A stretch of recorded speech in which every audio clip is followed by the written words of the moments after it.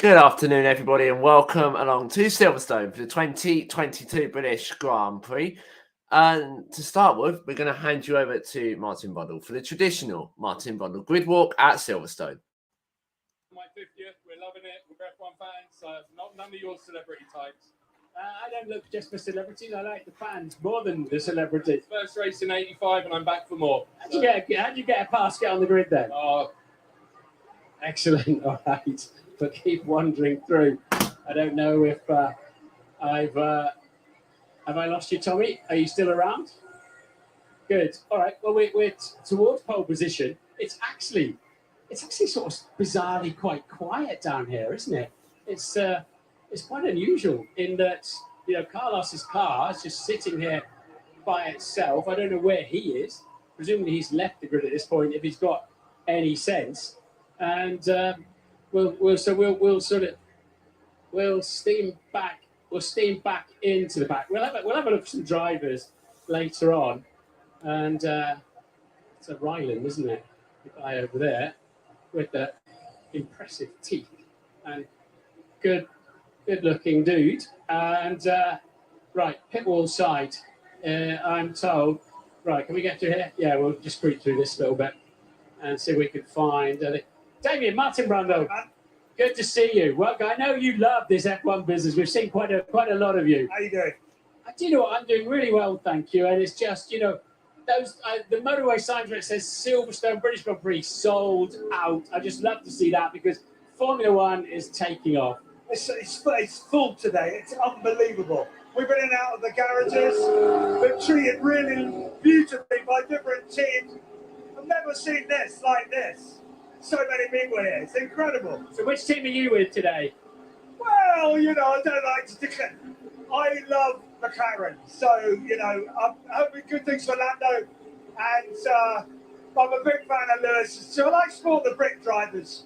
I think we need a bit of rain to make it interesting. Yeah, we might well do. You know what? Whenever I'm with a group of people talking, doing Q&As with F1, you mention Lando's name, gets the biggest cheer of anybody these days. He's so popular. He's got a quirky way about him, hasn't he? He goes very, very very earnest and serious and intense and very funny at the same time. I think he's he's a good lad, and it's changed massively. I was just talking to Jensen, he wasn't driving that long ago. But there wasn't a whole presentation of the driver. Everyone gets to know the drivers now, their personalities. That helps. And briefly, what's going on in your career?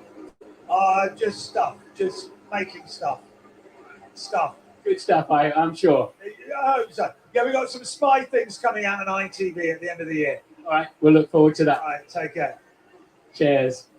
Right, we'll head back down this way. We've got a football. We'll have a chat because we're going to look for some drivers towards the end when they come back onto the grid. We've got Trent Alexander-Arnold here. I'm not a big football man, I've got to be honest. It shows up sometimes, but Liverpool, as I understand it. But how are you? good, thank you. How are you? Yeah, Martin Brundle from Sky F1. Good to see him. And England, of course, as well. So, first time on the grid. First time, hopefully first of many though. I absolutely love F1 and I'm so excited to be here. No, it doesn't really align with my schedule much, but I'm really, really happy to be here today. What do you love most about F1?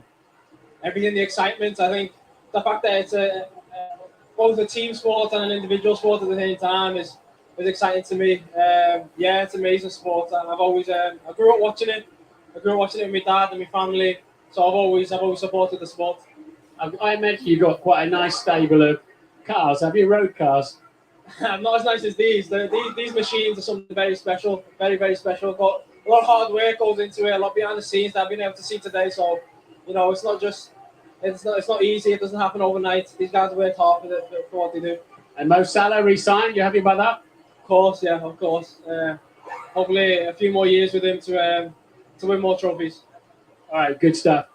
The Mo Salah bit came in my ears because I don't actually follow football that closely, but closely enough to. So I'm not going to tell you fibs. I'm not going to pretend I knew that.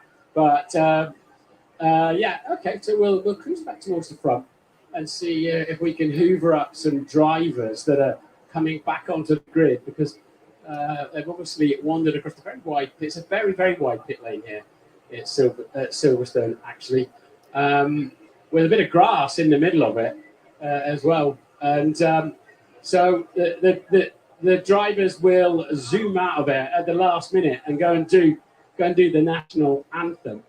And we took over Sir JYS on the way through. See, get a bit of his wisdom. Look where you go, Jackie. You're running into people. Well, I mean, look at the crowd down here, and I've never seen a crowd. I went round the circuit there just now. I've never seen a crowd this big in a British Grand Prix. Well, even back in the day with Jimmy Clark and Graham Hill and all that, well, not as big as this. Yeah, but it was still great. But now the crowd is so big and the racetrack's so wonderful. It's fantastic. Good stuff. Who's your money on to win this race? I think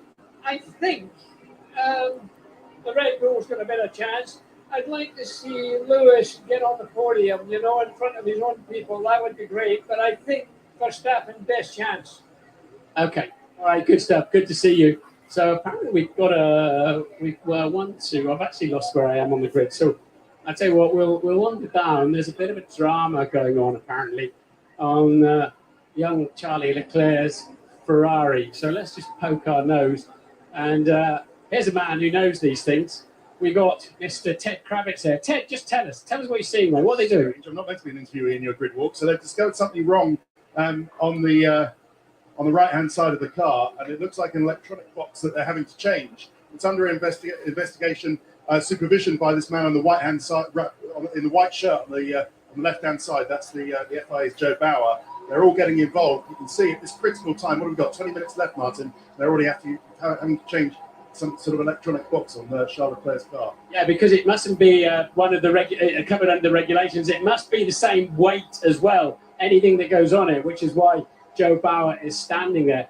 Everybody's standing around the car from the Ferrari team because they don't want us having a look. Nobody wants us to see inside. So that's why they've got a lineup of mechanics there, trying to make sure nobody gets any photographs or any footage of what's any secrets down in the side of that Ferrari. So panic going on there, and we'll keep an eye on that. Thanks for that, Ted. My old mate Mark Blundell, former Formula One driver, Le Mans winner, World Sports Car Champion. How you doing, Billy? I haven't seen you all weekend. I thought you mistook me for Keanu Reeves. That was yesterday, and he's got slightly longer hair than both of us. I'm doing well, mate. It's such a pleasure to see you. Good stuff. Well, I'm going to move on because there's some famous people, apparently. Love you, mate. See you soon. And, we'll keep wandering. All right, well, we've got Gordon Ramsay talking to Tom Cruise down here. So we'll... hello, Mario. How are you doing? Are you under control? What are you doing these days? Everything is well. Good. I hope the rain stays away from here. You doing the Red Bull engines? It's finished now. No. The contract is on the finish. All right, good stuff. Gordon, good to see you on the grid again. How the devil are you? This is amazing. I want to highlight for British sport to see this place so packed. Not only good racing, but great food as well now. Great food as well. Why, are you doing it or something? Sometimes, but it's just so nice to see such an amazing, electrifying atmosphere. Yeah, I know you love your Formula One because I've seen you loads and loads of times on the grid. But who are you supporting today? Ferrari is strong. Red Bull is strong. It's so good to see Lewis now, top 5 as well. So a bit of rain is going to make it even more exciting. I think you could be right. 70% chance. I'm going to the front, see if I can find any pedalers. But we've only got, how are you? I've only got a minute left, unfortunately, before the national anthem, which Sam Ryder. So we're going to cut you off from the Martin Brundle grid walk there. And as you heard, a 70% chance of rain. So a high chance of rain there, actually, for the start of the British Grand Prix. We do have, in about a minute's time, the national anthem coming up, sung by UK Eurovision Song Contest runner-up this year, Sam Ryder. He will sing the British national anthem, and that's gonna be coming up right now. So the British national anthem.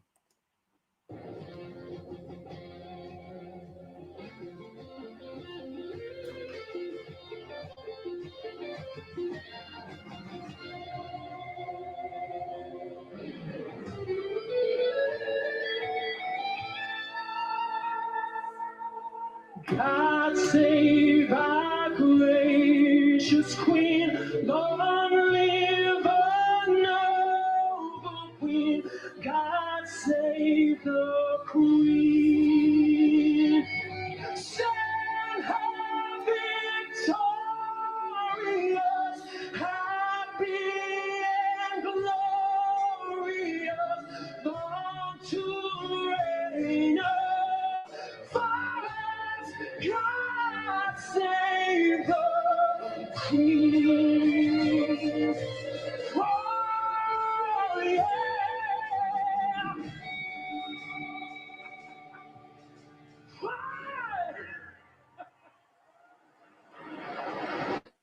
What a national anthem as the red arrows fly over the Sam Rider, the British national anthem ahead of the 2022 British Grand Prix. But we haven't.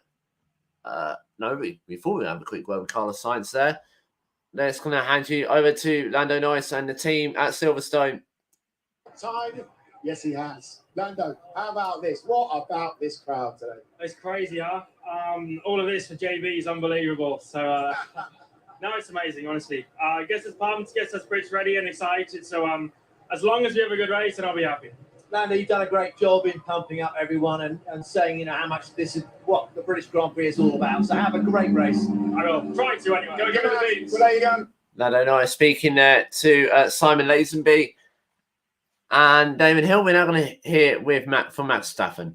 To winning this race today? Finishing first. Come on, how are you going to do it? What are your main challenges? Well, I mean, Ferrari, of course. You never know with Mercedes how quick they're going to be in the race, but for us, we just have to focus on ourselves, try to get good tire deck, and then we'll normally have a good car. All the best. Enjoy the race. Thank you. Max Verstappen speaking there to Natalie Pinkham. And we're now going to hear from Peg Gravitz.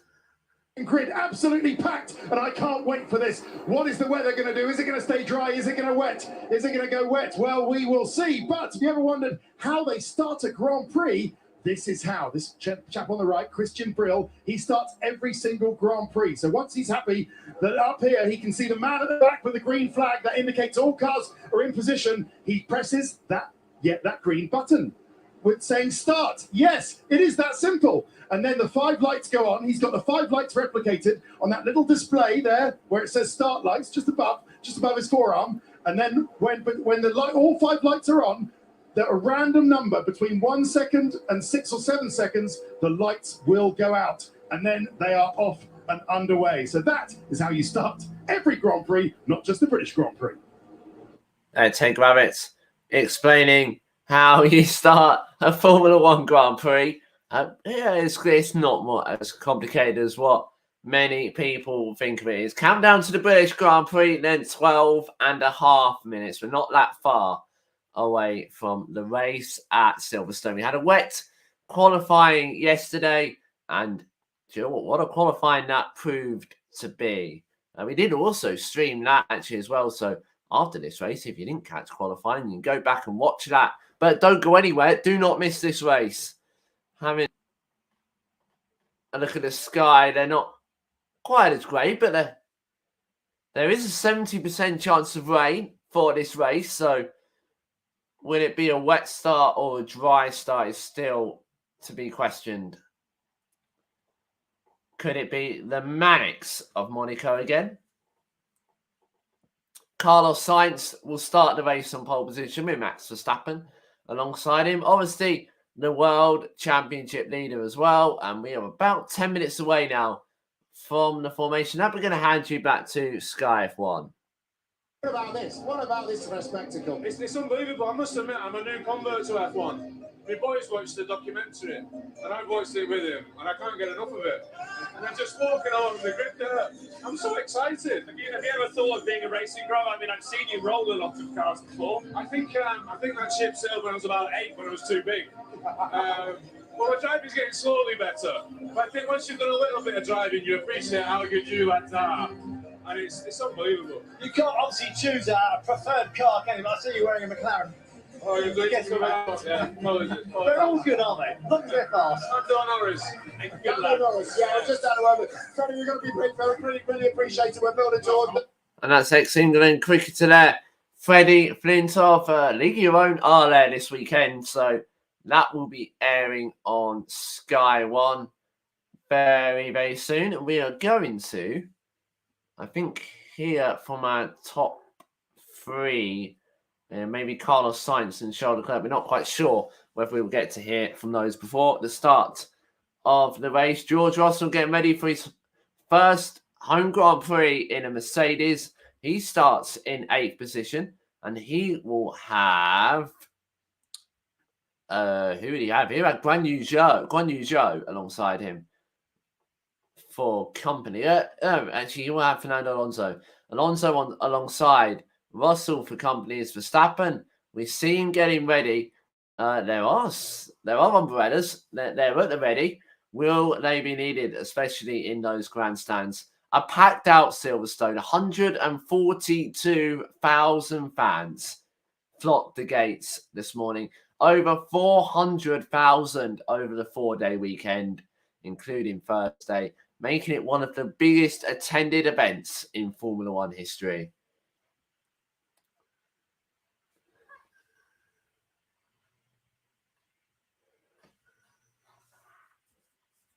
So, what do we have in prospect this afternoon? Obviously, there's a lot of tyre. What do I use? There's a lot of tyre. No, bit confusion. We don't know exactly how far the tyres are going to go. We've had limited running this weekend in dry conditions. We expect it will be a 2-stop, maybe even a 3-stop. Maybe a 3-stop. We don't throw that out of the possibility this afternoon. But will someone gamble? Will someone roll the dice? And will someone go for a 1-stop strategy? Potentially you're going to have or go as far as you can into the race on your first set of tyres, and then it's just going to be how far you can go. Safety cars could come into the equation this afternoon as well. So it really is all to play for. Obviously, there's a big crash. To talk about the sausage curve, should they have been removed for this race? We don't know. There was a big crash in Formula 2 this morning where Nissani got launched over the sausage curve and landed actually on top of Hauger's Halo. So quite a scary accident there. That was at the Val chicane, which is obviously it's probably the slowest corner. Well, it's the slowest corner on the circuit. So if it can happen at Val, it can happen anywhere. If you go off at this place, if you go off at Silverstone, there's no such thing as a small accident. So yes, it's for the brave, it's for the wicked. And it promises to be a spectacular British Grand Prix. It really does. Carlos Sainz on pole, Verstappen alongside him. Charles Leclerc on the second row. He's joined by Sergio Perez. Then Lewis Hamilton will be starting on 5th. But this is the British Grand Prix from Silverstone.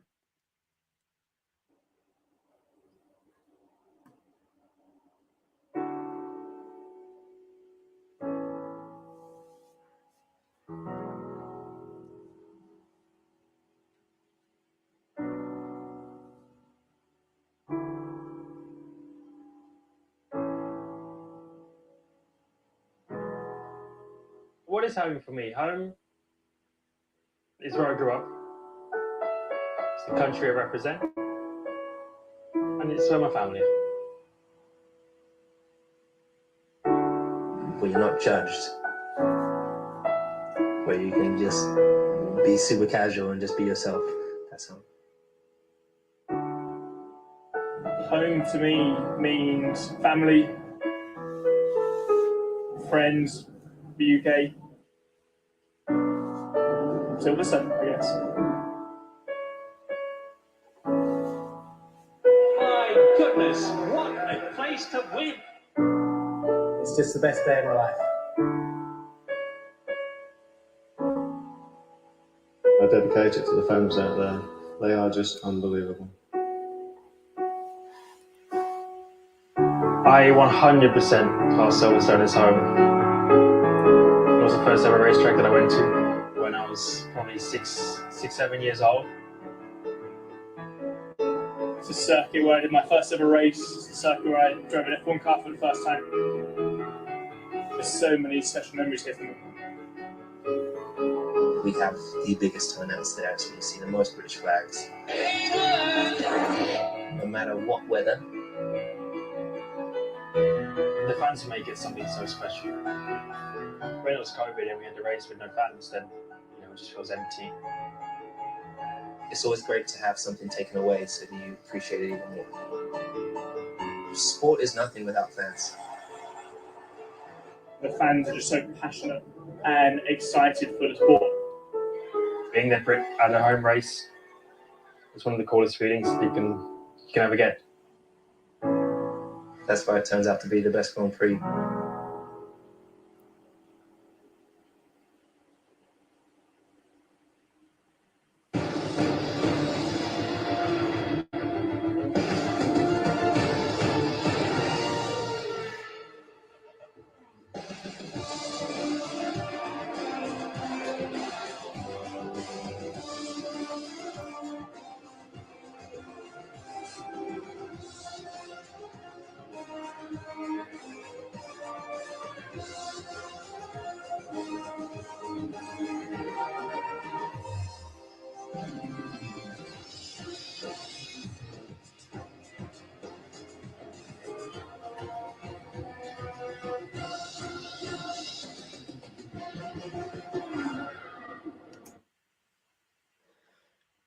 Good afternoon, everybody, and welcome to Silverstone.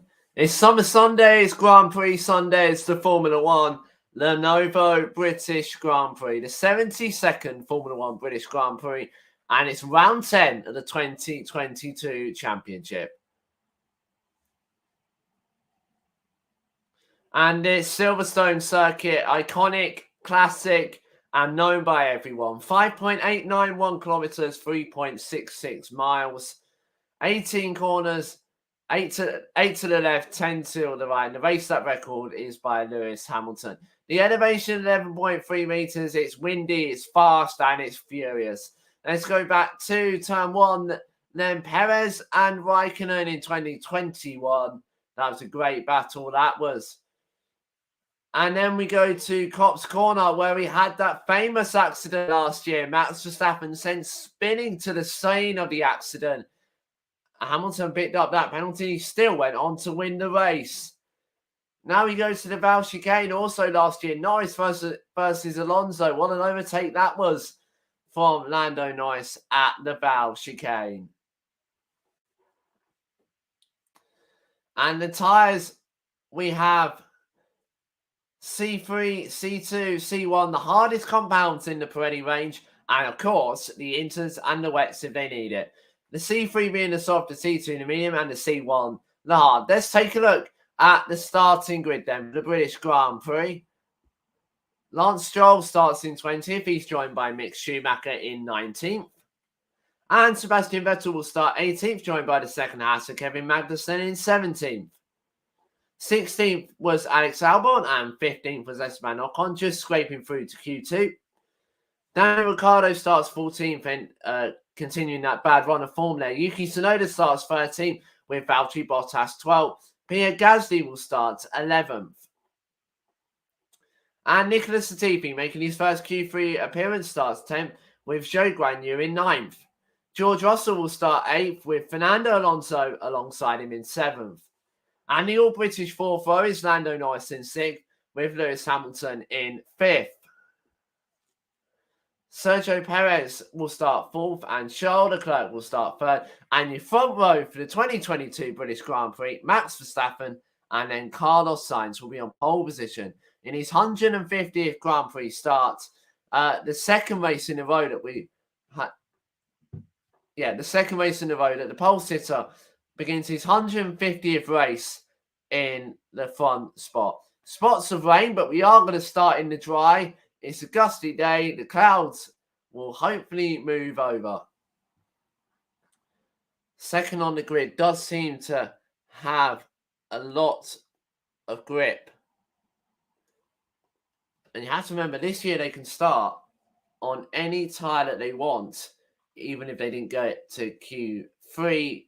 For example, last year, if you went to Q3 on the soft tyre, if you take your fastest time in Q2 on the soft tyre, you had to start the race on the soft tyre. That rule is gone.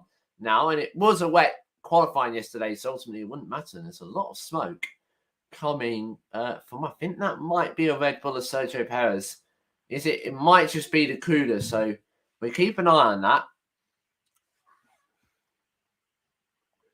George Russell, the only driver to finish in the top 5 consecutively in every single race this year, starts 8th. He's got a long way to go to continue that one.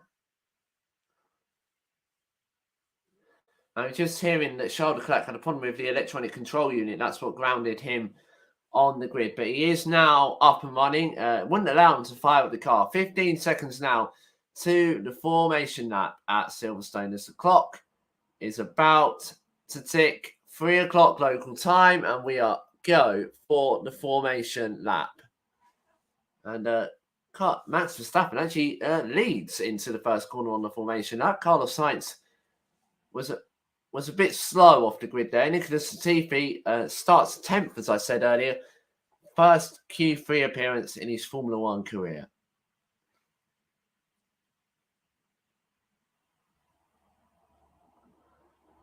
And he is going to be right at the forefront of the action is Latifi starting in 10th. And we see what he can do. He's been renowned as Crash TV recently, but he got the name of Goat TV yesterday, maybe Q3 TV as well. First Q3 appearance for the Canadian driver, and it's a shame he couldn't do it last weekend at home, but I'm pretty sure the Canadians tuning in to this one and tuning into qualifying would have thoroughly enjoyed that experience. So the fastest pit stop of the season is 2.23 seconds. That was Ferrari, and that was the Spanish Grand Prix. That was round 6. A packed out Silverstone. As I said earlier, 142,000 in the gates. And we can actually see the rain now a bit further away from the circuit. But is it coming towards Silverstone? That's the big question. Will the wind change direction and blow that rain right into the direction of the race? And remember, here at Silverstone, it's not about getting in. If you can survive the first corner, as Carlos Sainz, remember, you can overtake Brooklands, Copse, Stowe, and then Vowell on the opening lap. Lots of overtaking zones this afternoon, and it's going to be a hectic first lap. So if I was you now, I'll strap yourself in. Oh, hopefully you've made your cup of tea and you're going to sit down and you're going to enjoy your Sunday afternoon. Don't go anywhere for this one. This weekend, Silverstone has welcomed its largest ever crowd with over 400,000 people across 4 days. That's Thursday, Friday, Saturday, and of course, today, Sunday, the busiest day of them all. As they come round the Vowell chicane and onto the Hamilton Straight, they're lining up, they're lighting up their rear tyres. Toto Wolff.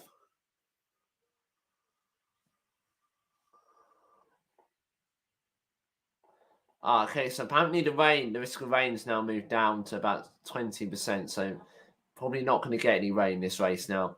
As Verstappen, Sainz pulled into their grid positions, and the rest of the field follow up behind them. George Russell just coming into his 8th grid slot right now. The Ferrari crew watch on from the garage as Lance Stroll comes round the Vowell chicane. Anthony Hamilton watches on at the Mercedes garage. The final car pulls into position, followed by the medical car. We've got the green flag at the back. We've got 1, 2, 3, 4, 5 red lights at Silverstone, and the British Grand Prix is go. There's a long hold. Verstappen does get away well and takes the lead straight away into Abbey Corner. Verstappen's ahead of Sainz already. And there's already a big accident and a car upside down. And that will be a red flag for sure. I think that might have been George Russell. There's a car upside down. And red flag immediately then. And that was a horrendous accident. And it's George Russell. So I'm just going to get some news to see if we can tell if that driver's okay.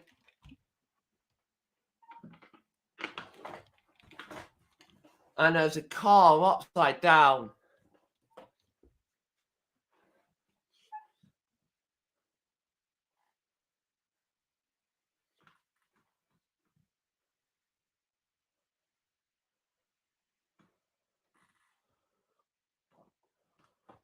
It's red flag instantly.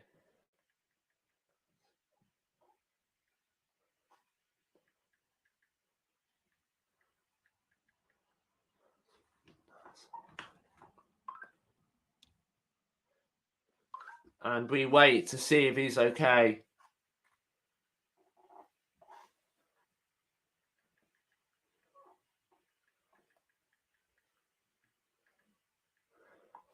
And I think Esteban Ocon might be involved.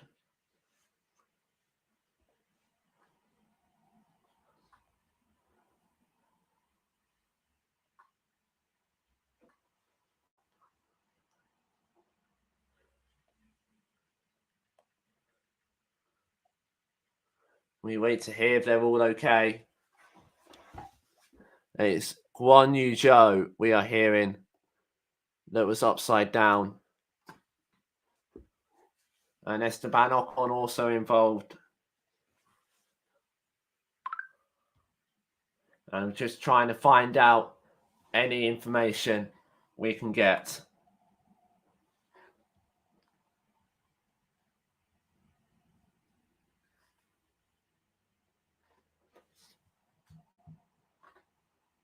And the ambulance is on the track.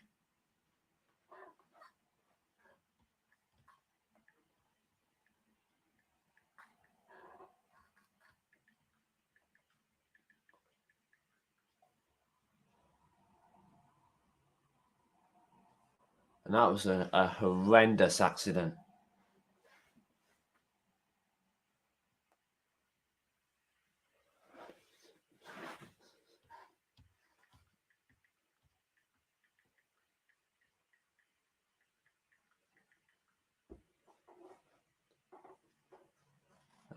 So we await the news.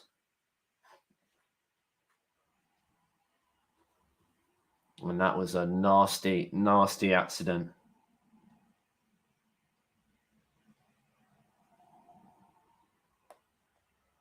And we await Zhou Guanyu's news. That's never a nice to see a car upside down on its roof.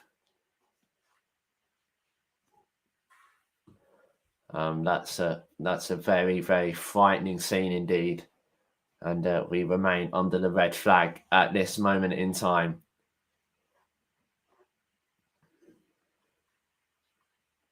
And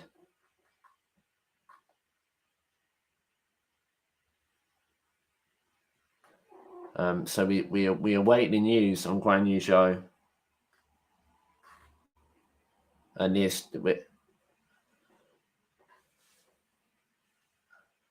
and we are hearing the marshals and the extraction team are on the scene to Zhou at the moment. Because they want to make sure he's okay. And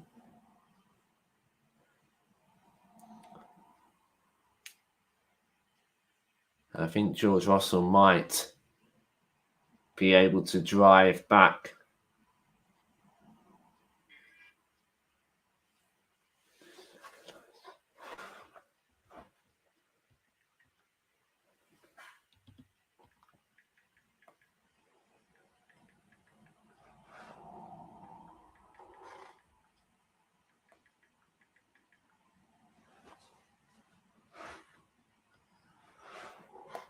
And we will get you news on Zhou Guanyu as soon as I hear it through my ears. So start the race incident, of course, noted.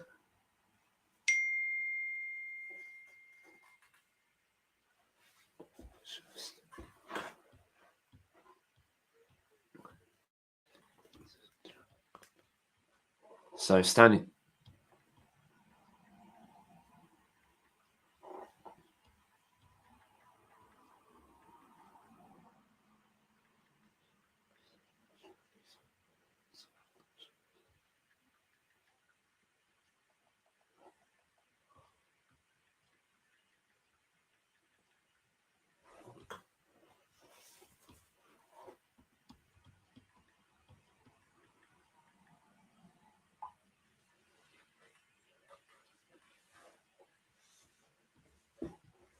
And all the drivers watch on, and they, like everyone else, they pray that he's okay.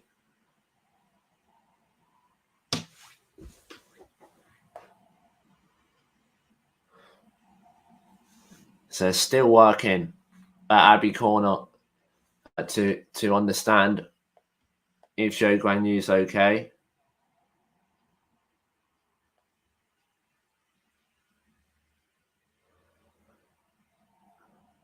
So so let's hope the halo has done its job. Let's hope it has.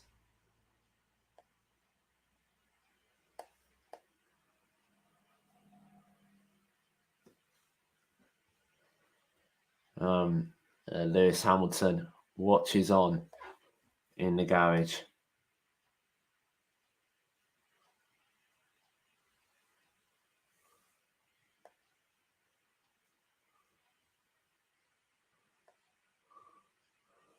So we await.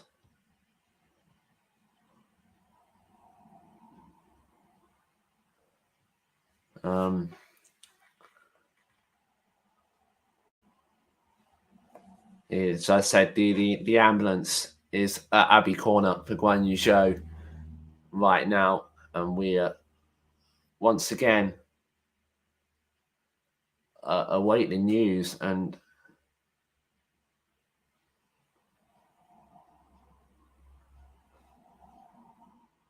team radio replay, let's have a listen.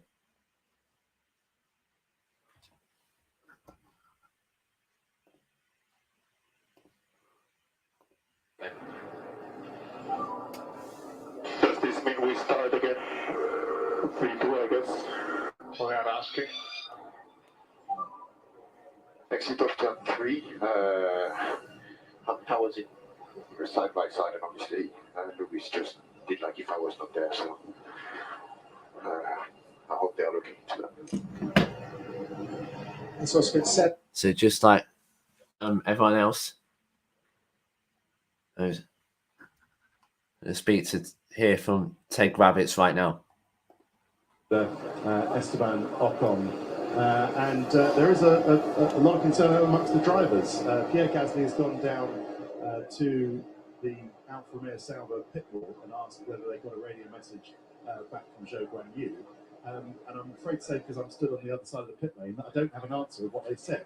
But Gasly's got his answer and has now gone back to his pit wall. So I can't give you any more details than that. Either way, there is now an ambulance going on to the main straight. You can probably see it out of your commentary box window, going down to the incident site. So yeah, as soon as I get some information, or any of us do, I will let you know. But I can give you a little bit of information, not just yourself, Ted, but everyone watching around the world. Zhou Guanyu is still in the car. And the medical doctor, Dr. Ian Roberts from the FIA, and the extraction team are working in quite a tight, confined space to try and do what they need to do, which is not exactly aiding them, but as far as I'm aware, Zhou Guanyu is still in the car and not a huge amount of space to work with. So, as you heard there, Zhou Guanyu still in the car. So we're going to have a look at Max Verstappen's on board yet. We won't show you the replays of that incident until we know everyone is A-okay.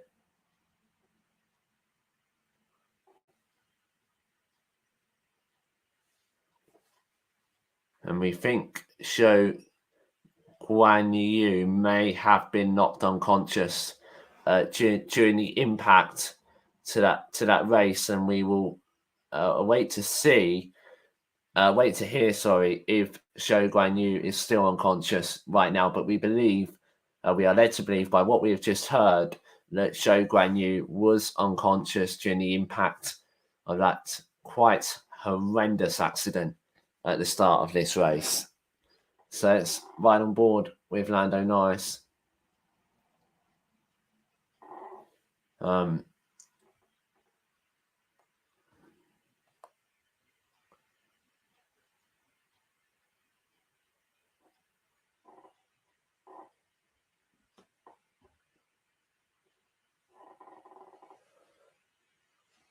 And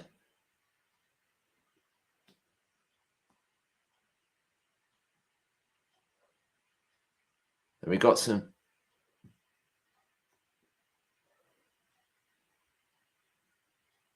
We can tell you that Zhou Guanyu has been extracted from the car by a stretcher and is moving and is out of the car. So that's a wonderful news. Probably the best news we could get.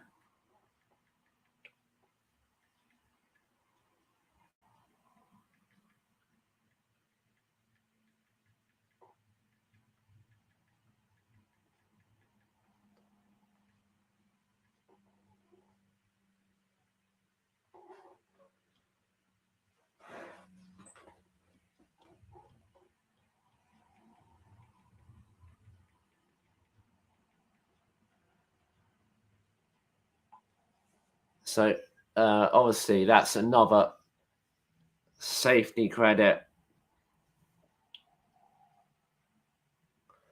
So two ambulances are on the scene, and there's a round of applause from the British fans.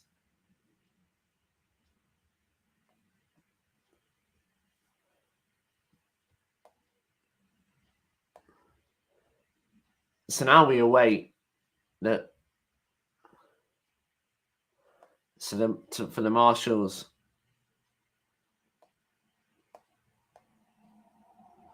for the resumption of this race, we got a 3-hour window for the race to be fitted in, but expect it to be quite a lengthy delay here whilst the marshals, if there's any barrier damage or anything like that.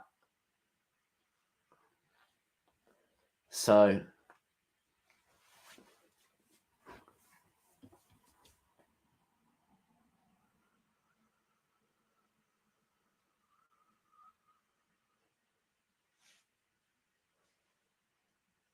from what we understand, George Russell is out of the race because that car was not brought back to the garage under its own steam. It was brought back on the flatbed truck.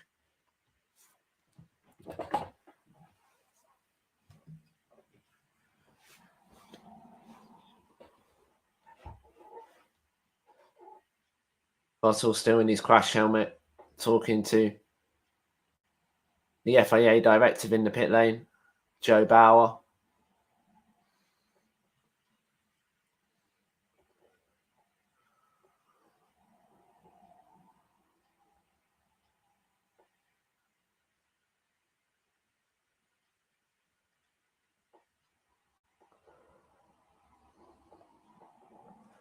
And I think George is saying he stopped to help the other driver. I mean, obviously he ran straight over George Russell. Did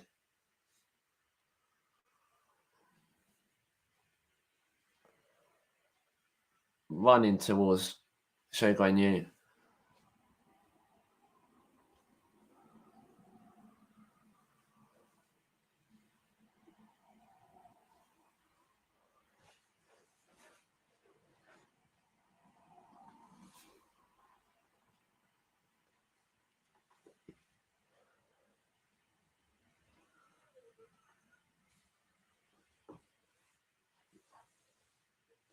So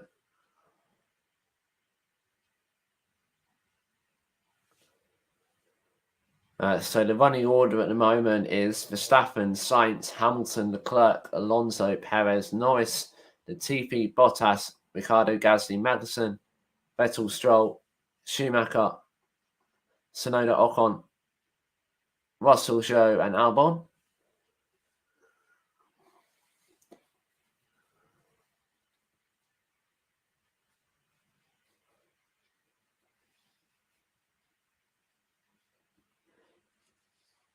So maybe he was conscious throughout we're hearing now. So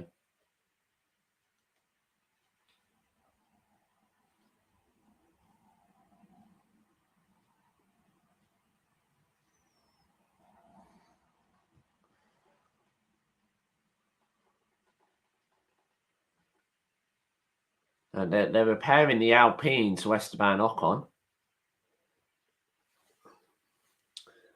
So Russell, Show, and Albon are all out of this race. If you're just joining us, Show had a scary accident at Abbey Corner. We believe it was a sandwich between the Mercedes and the Williams, and Joe's Alfa Romeo ended up getting flipped and it skated along its roof into the barriers.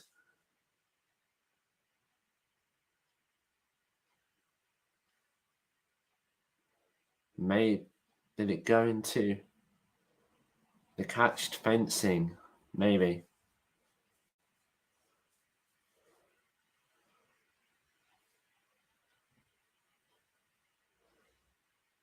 And obviously this is the second red flag in 2 years at Silverstone.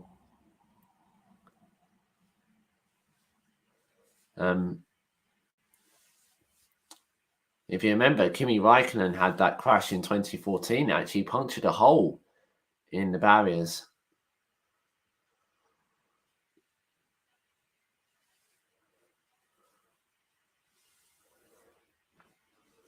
So obviously what we're looking for now is the warning to the team about the restart procedure.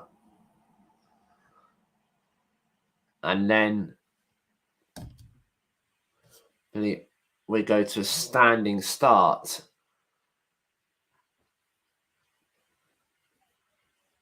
But at the moment, it's the case of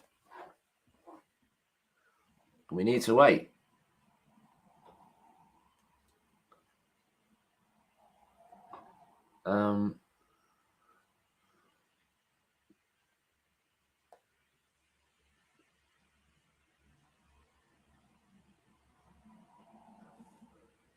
And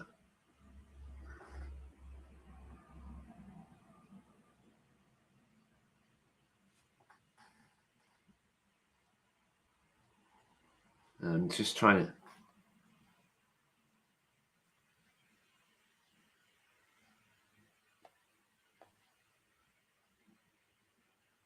And we do actually.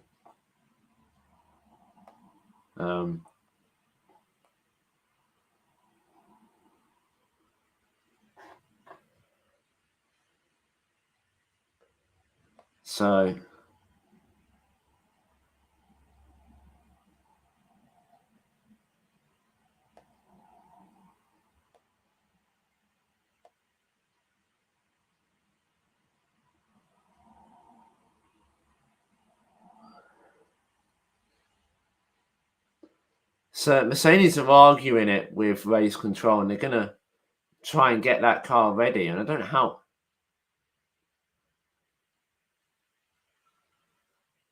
I mean, it only looks like the floor and the wheel is damaged. So if they allow it back in the race, it might be okay.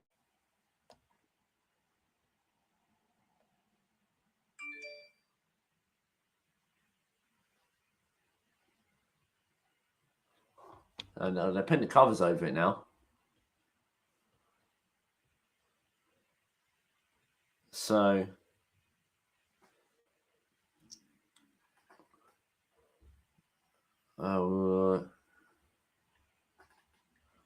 just trying to find out as much information I possibly can, but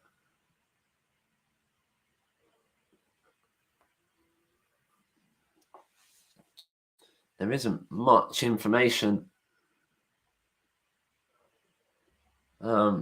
It's being rolled back now, so I think that is out of the race. But we will wait and see.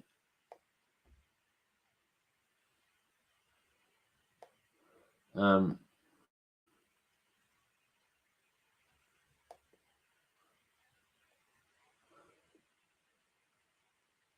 we got the update from Alfa Romeo. It says,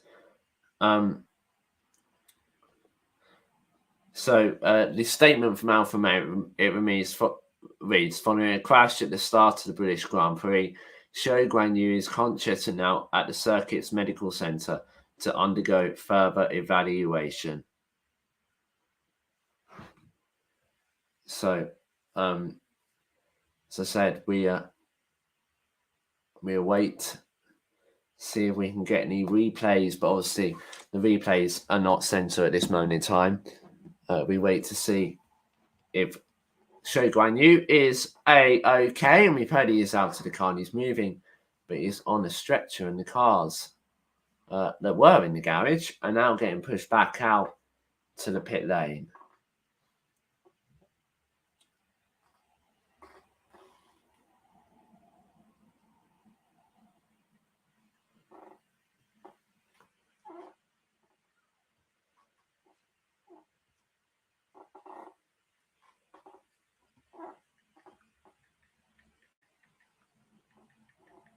And there we're seeing Zhou's car. So it did go into the catch fencing.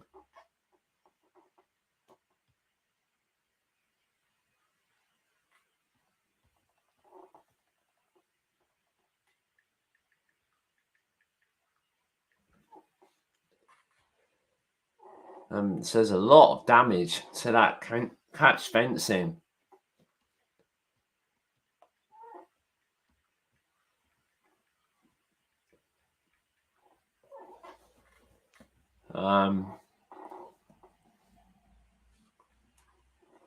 So here we go. Now we're going to have a look at the race start. So let's have a look at the Alfa Romeo, and he just gets flipped. It's the sandwich, and oh dear. It does go into the catch fencing, and it goes over the tyre barrier, and that is a horrendous accident. And the halo very much doing its job. And that is not what you want to see. Cars going through the air.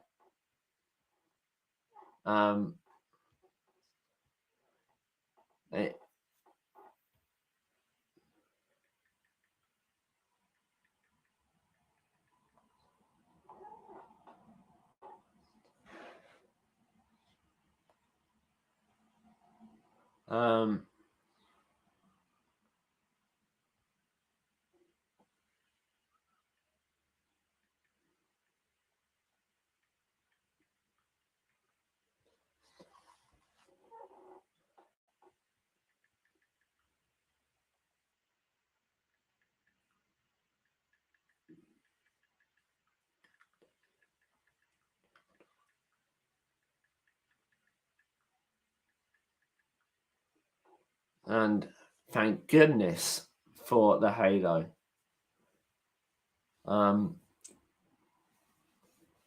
So we're right on board with Sebastian Vettel. And Vettel went into the back of Albon. So secondary incidents.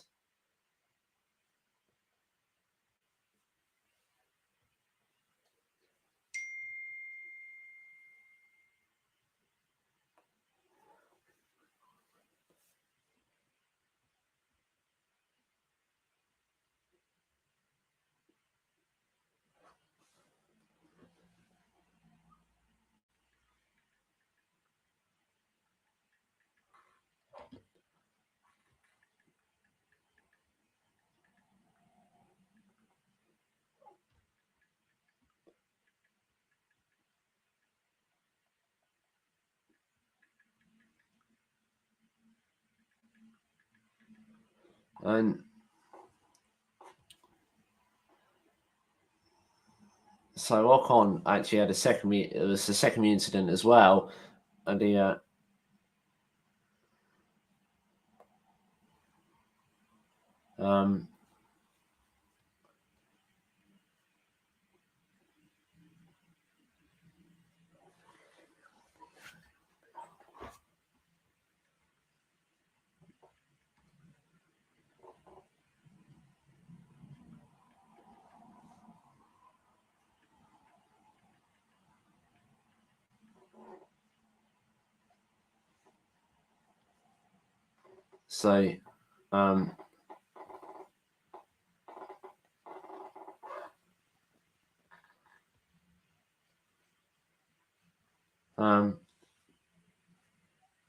told he's okay after checks at the medical centre.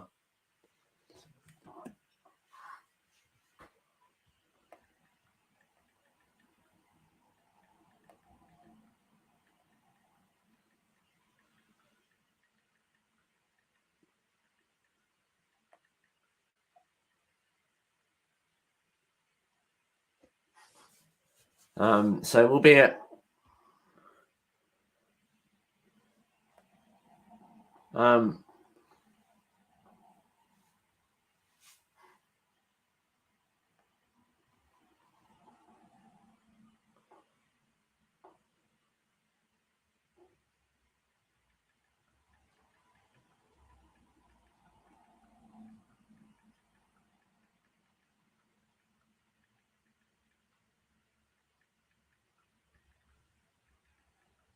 so according to the regulations, because we didn't actually complete a full lap of racing, the red flag came out when we were at Aintree.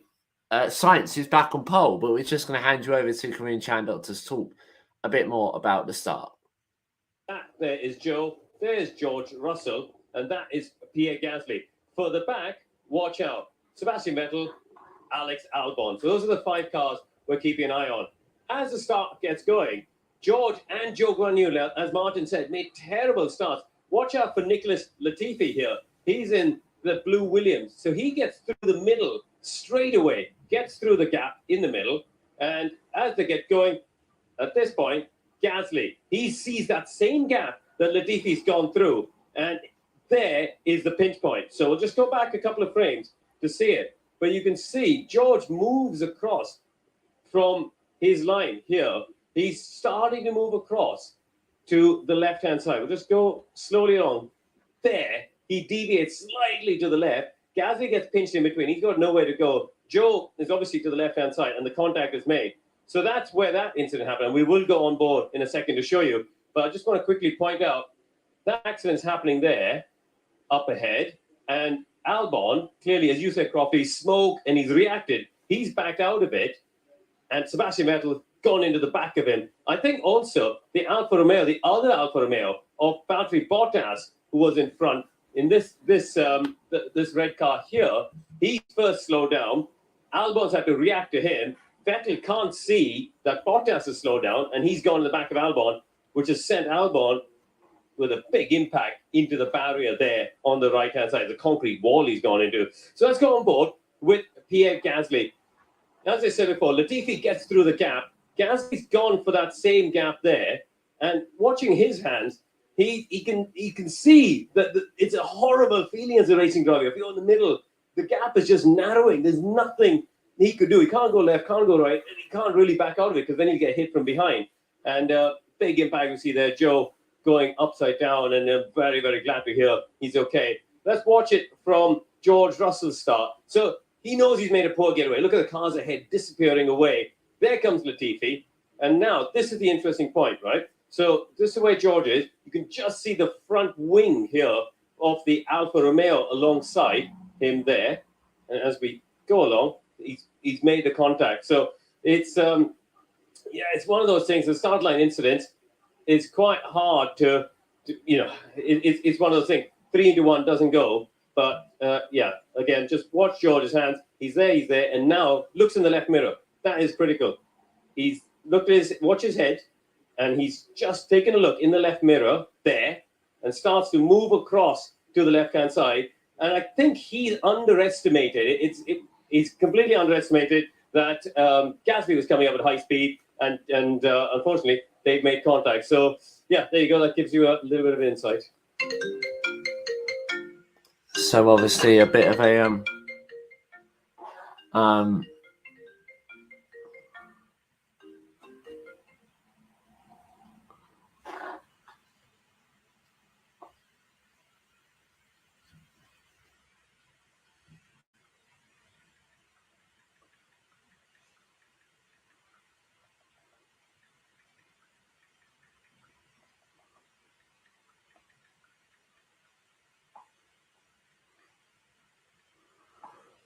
so we are going back to a full restart. So Sainz will restart on pole.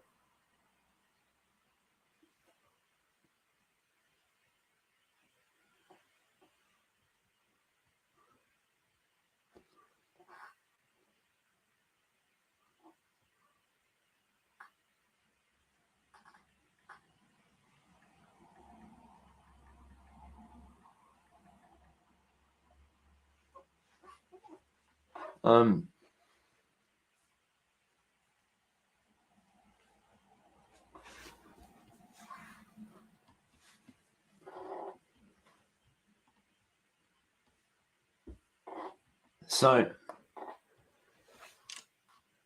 Sainz going back to pole because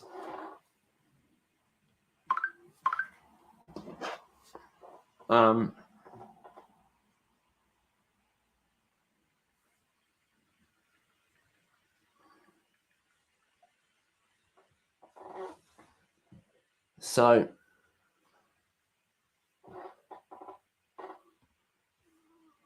Sainz pole, Verstappen second, Leclerc third, then Perez, then Hamilton, Norris, Latifi, Gasly, Bottas, Tsunoda, Ricciardo, Ocon, Magnussen, Vettel, Schumacher, Stroll.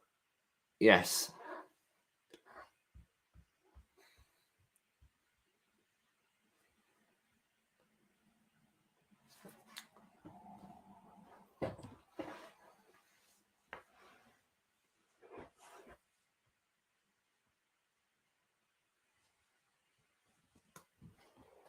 So the Aston Martins and all of the pure chaos about to shuffle right to the back because we're going for a full race restart here then. So when we eventually get that 10-minute warning, because one of the red flag conditions at the moment, if you just join us, because Shogun and you had a terrible accident going into Abbey on the opening lap. His Alfa Romeo was flipped upside down, and so we are hearing the climate protesters actually did get onto the circuit on the back end of the straight, but the red flag had thankfully already come out.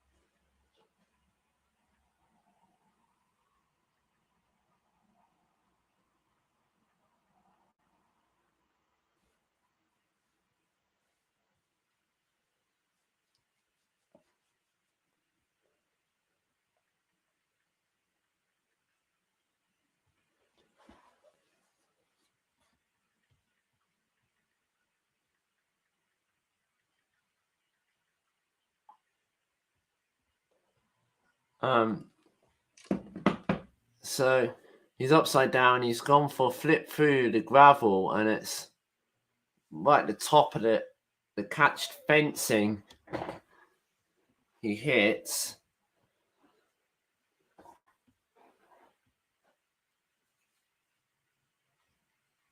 The fencing nice and strong then, and very much done its job. So all of the safety precautions that F1 introduced it's done its job.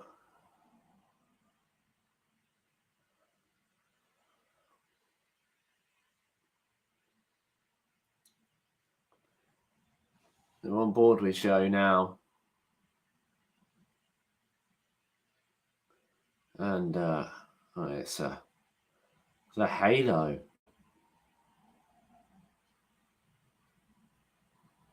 Scraping the ground.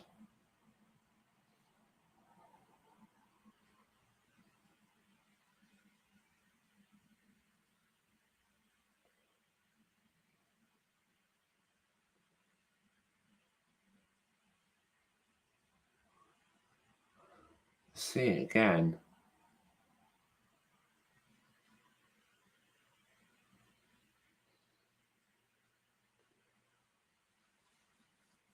So about 10-15 minutes we estimate until we can get a restart at Silverstone.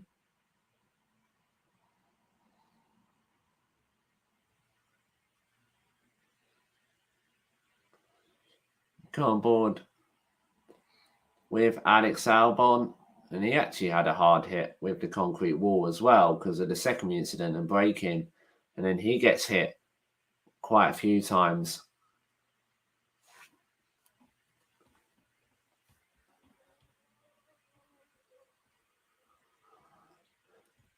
We're going back to that order because we didn't complete the opening lap.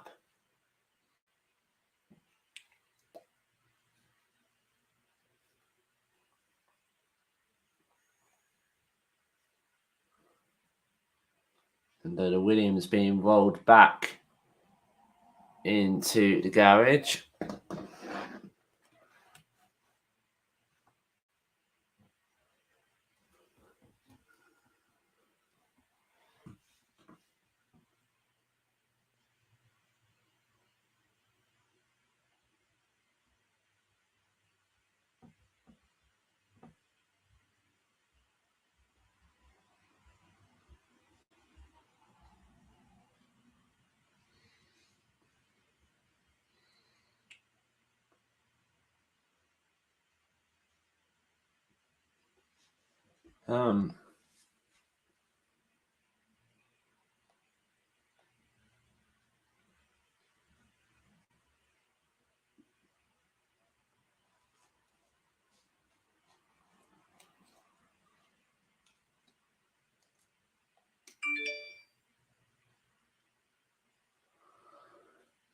So it's again on the waiting game.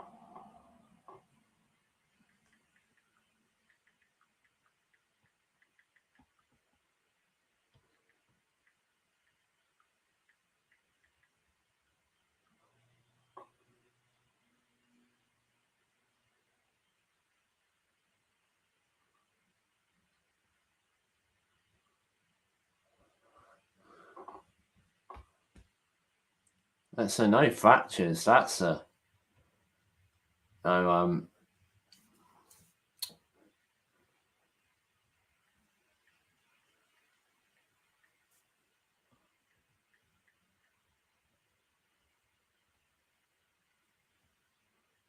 And it's just someone walking across the track.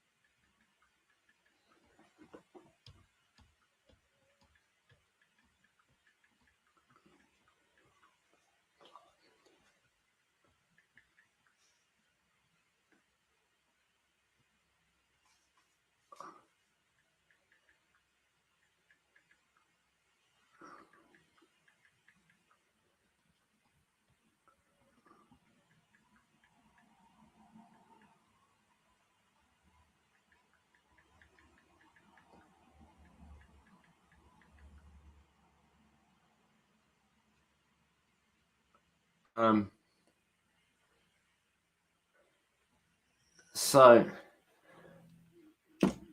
it's the second bite of the cherry for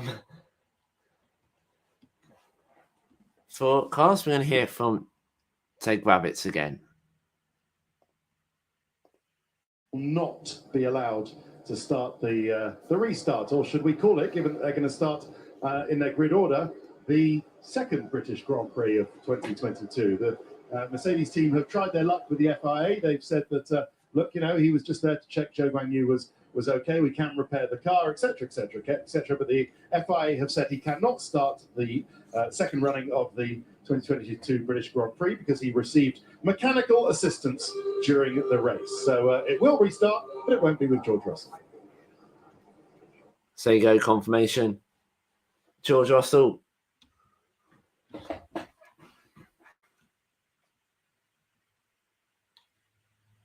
Will not continue that race, but we can tell you the British Grand Prix will resume in 10 minutes' time at 15:56. So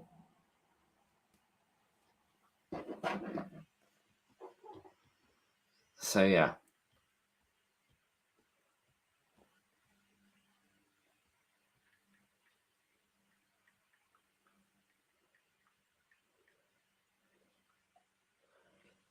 So it's because they hadn't gone through the first sector by the time the red flag came out. That's why they are now. No one had made their. Not all cars had made their way through the sector line. Then that was why we're going to a full grid restart here, effectively, as Lewis Hamilton drops his scooter in the Aston Martin garage. So we're going back, as I said, to the original grid.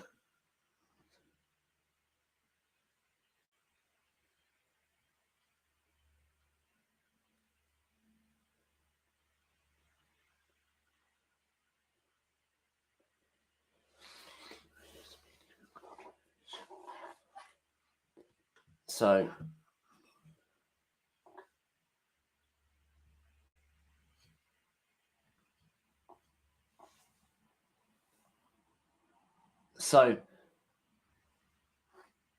we're going, as I said, back to the Forest restart. But happy birthday, Sebastian Vettel.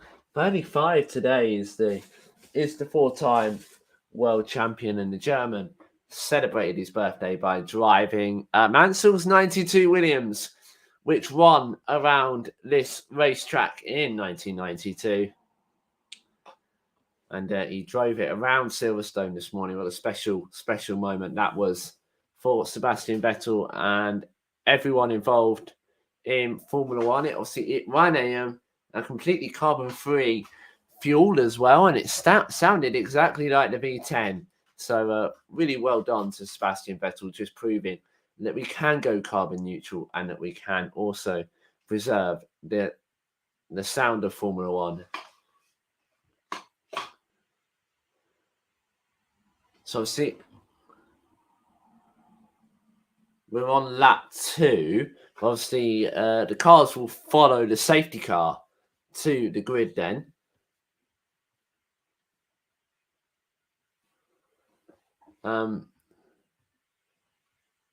So we'll restart on lap 3 of 52, effectively, as Zhou's car arrives back to the pit lane then, and that's going to be an extensive repair job, isn't it?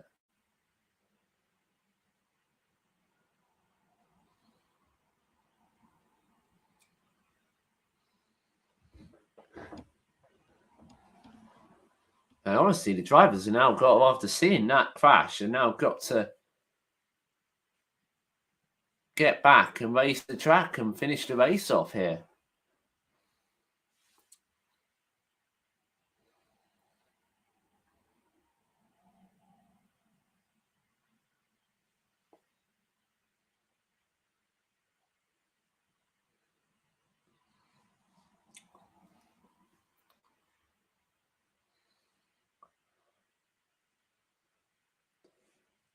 So we're going to hear it from George Russell now. Just explain to us what happened from your perspective. Yeah, firstly, glad to see that Joe's doing okay. Obviously, absolutely horrific incident. Ultimately, we took a risk starting on the hard because I made a mistake in qualifying. We were starting out of position, and we thought that risk gave us the best opportunity later in the race. But there was just no grip whatsoever on this. The hardest compound is cold out there. I got swamped by all the cars, and next thing I know, I got touched. I was in the side of Joe, and that was it. And tell us about your discussions with the FIA and why you haven't been able to restart the race. Is it fair? Well, I mean, I jumped out of the car a bit to see if Joe was okay. I saw it was red flag straight away. Yeah, we saw that. And when I came back to the car, I couldn't quite get it started for whatever reason. So I ran back to the team to check. I told the marshals to leave the car. And next thing, when I got back, the car was on the back of the flatbed. So, apparently as soon as you get assistance, you can't restart. So it's very frustrating because the car was just had the puncture. And there's no doubt we had the pace to come back to P6 today. And there's no way of appealing that? Well, we're trying, but they're pretty adamant, the FIA, at the moment. So, it's one of those unique scenarios, I guess. But I don't know. I can't really think about it at the moment. I know, I'm sure. In the whole scheme of things, it seems unfair, but as you say, the bottom line is that everyone's okay because it's a horrific crash. Glad to see that you're okay as well. Thank you. So obviously, George Russell not best pleased. That was his first lap DNF.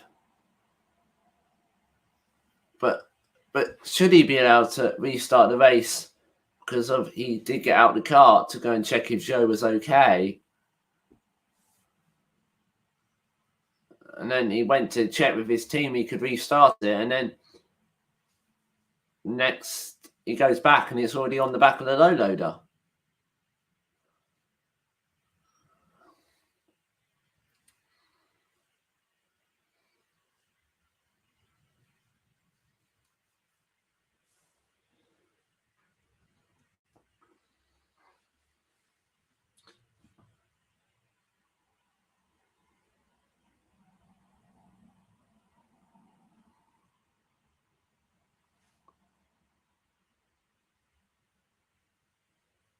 And George feeling that he'd been harshly treated.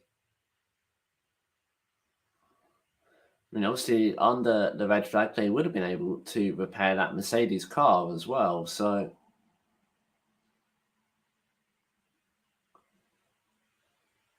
we're about 3 minutes now until we go for a restart at Silverstone. Marry me, Christian. Someone's just signed.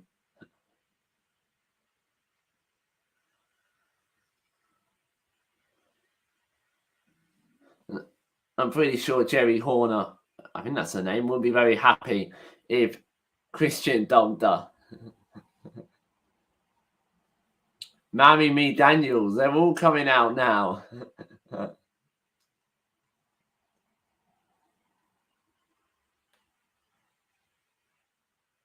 All kinds of signs as we tick down the clock. See the race restart in under a minute's time now.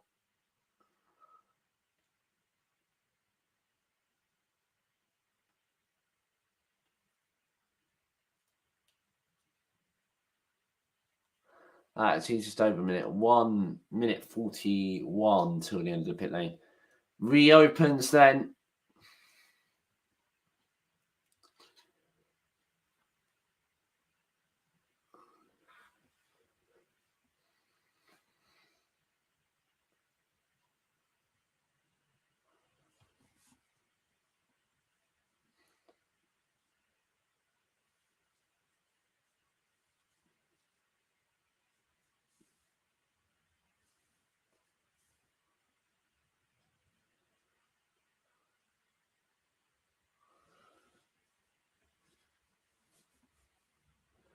And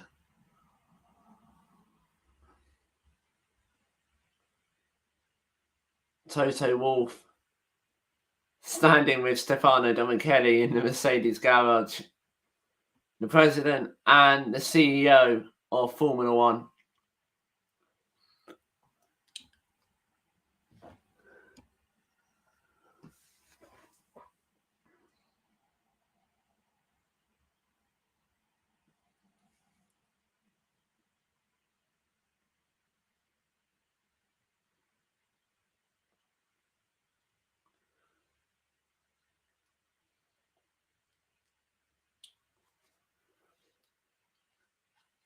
So,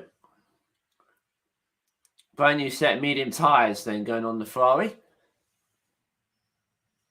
as the cars now begin to leave the pit lane under safety car conditions then.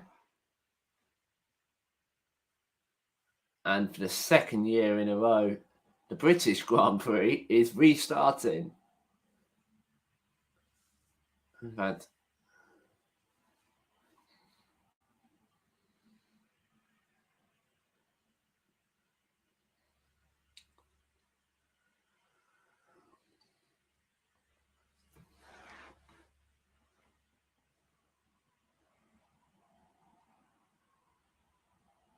so apart from the top 8, everyone will be in different grid slots because of we've lost 3 cars effectively, or at least 3 cars in that opening lap incident.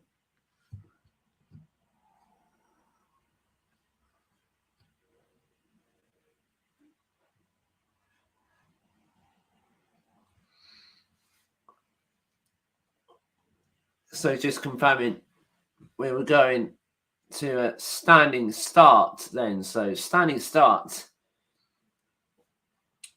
we're going for another light start, and the lights are off on the safety car. So just confirming, we will be going back to green at the end of this lap.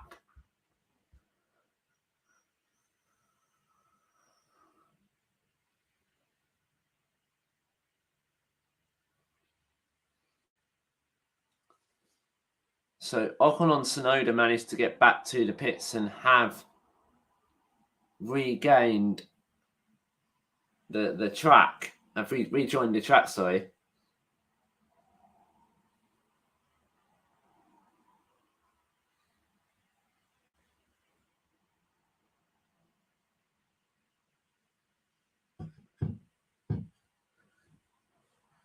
We've still got 17 cars in the race once those damaged cars had been fixed. And they're weaving down the straight, but Minander will now peel into the pit lane. And Carlos Sainz, Max Verstappen, and the top 5 all make their way towards the Val chicane and through it and onto the Hamilton straight.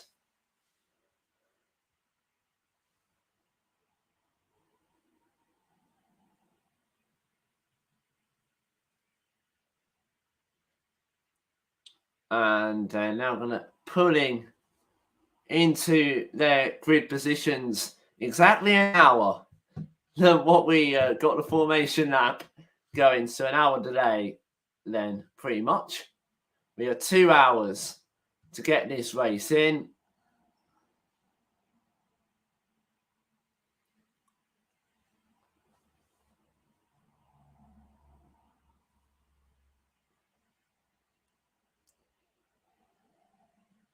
I think Verstappen may well have changed tyres as Lance Stroll pulls into the position at the back of the grid, followed by the medical cart. We've got the green flag now.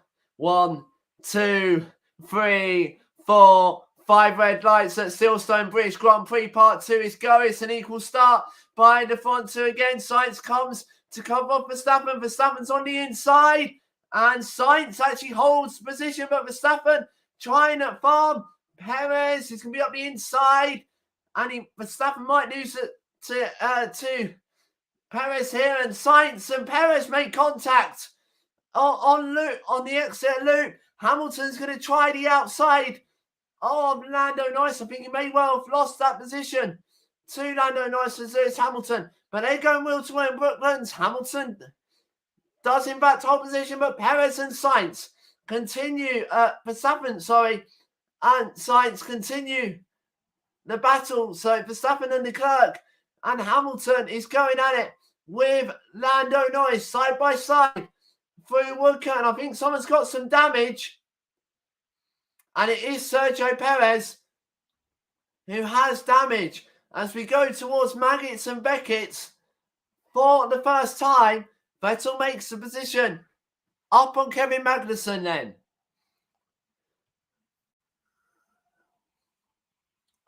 But Sainz leads the way in the turn 6 incident involving Verstappen and Leclerc has been noted. And Fernando Alonso going down the inside of Pierre Gasly at the Val chicane. He can't quite do it, but Gasly runs wide at Club Corner as we complete lap 4 of the British Grand Prix. And it is Sainz who leads the way.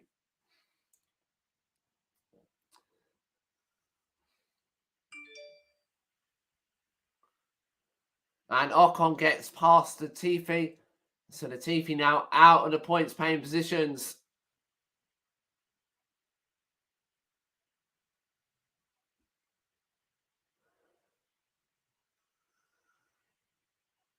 And as we head towards Brooklands, and Bottas has got past Ricciardo. So Bottas up to 12th position.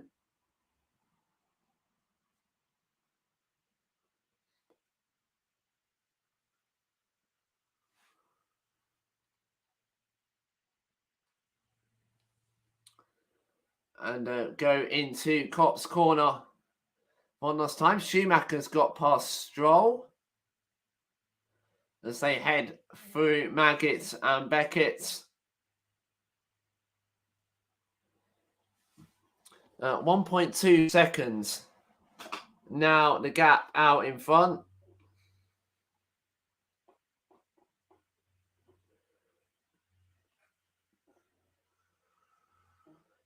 And DRS will be enabled next lap. Yeah, and Ferrari have now led 80,000 kilometers of Formula One racing in their history. So that's an outstanding achievement by Ferrari.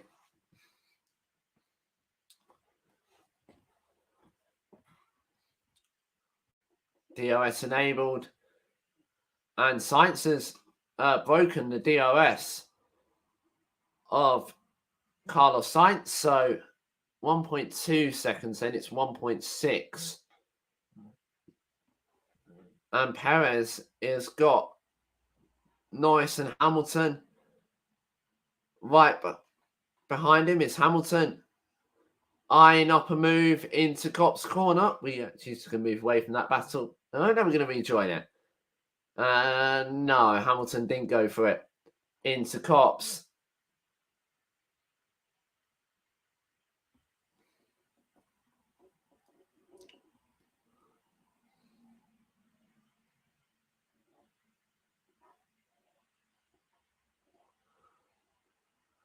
So now Hamilton has DRS, but so does Lando Norris.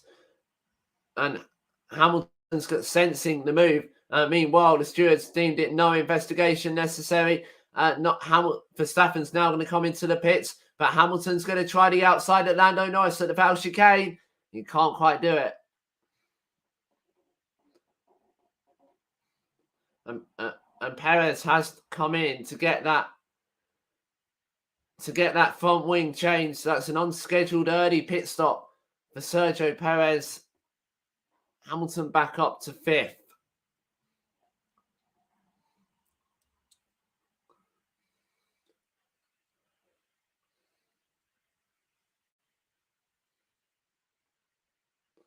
And now Hamilton is going to go with it. The two Brits battling it towards Brooklands. Norris doesn't really fight it. Hamilton up to 4th place in the British Grand Prix at Silverstone.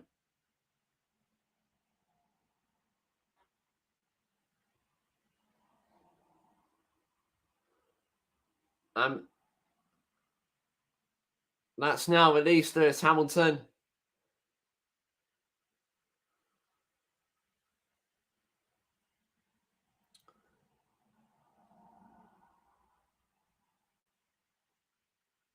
Nando just needs to hang on to Lewis Hamilton as quickly as he can. Hamilton went purple sector 1, by the way, as well.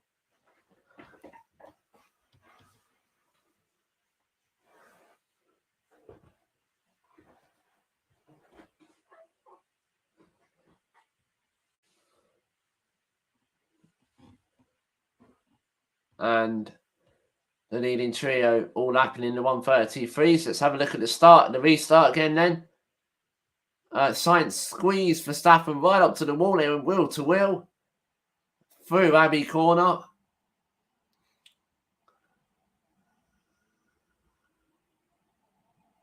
And then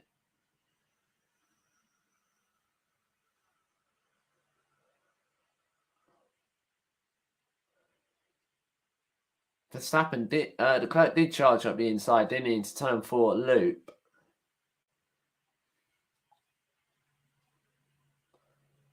Sainz gave him plenty of room. Great racing there from Carlos Sainz. Verstappen tried the outside at Village. He tried the outside at loop, but that actually gave Leclerc the invite to barrel up the inside at loop, and we will see it on board with Lewis Hamilton.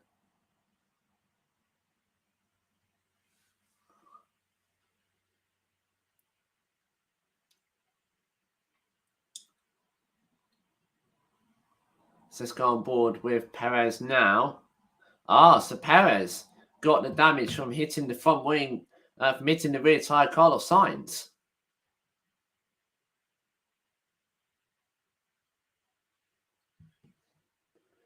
And Verstappen is now 1 second behind. So, will he get DRS? He might do. Debris turn 11.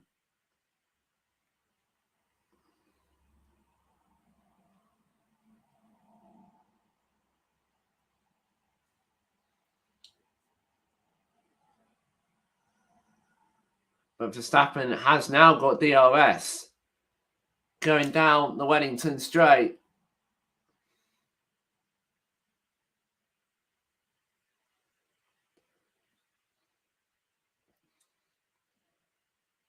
Battle resumed from the closing stages. Last time out of Montreal. As they come down the old pit straight through Copse Corner. There is now more of a corner.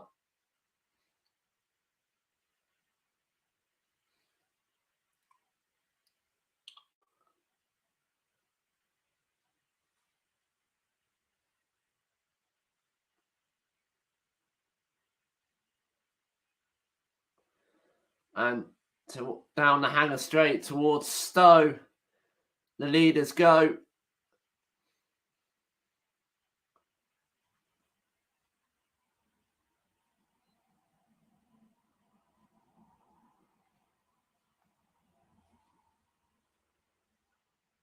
Going on to lap 9 of 52 at this British Grand Prix from Silverstone.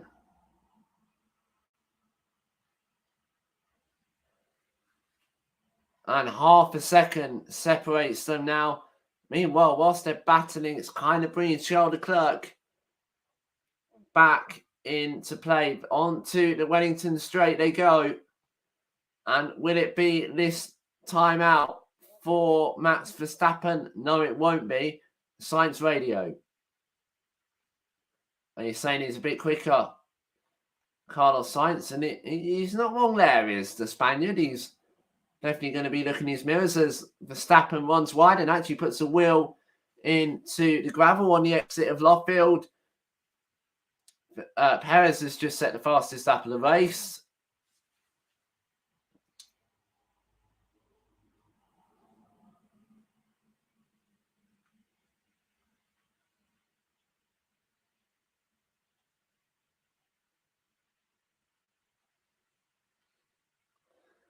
And down the hang straight they go. Sainz weaving in front to break the toe, but Verstappen was just a little bit too back. Half a second was the gap.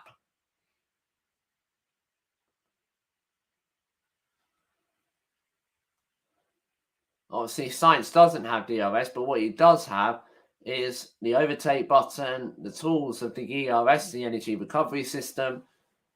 So let's go on board with Verstappen through Duffield. As I said, he actually run wide and he put a wheel in the gravel.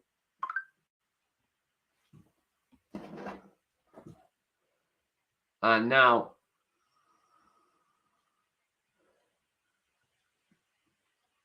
they're running very, very close together already. Verstappen through Brooklands and Luffield and onto Woodcote. There you go. Verstappen is close here. He's close through Woodcote.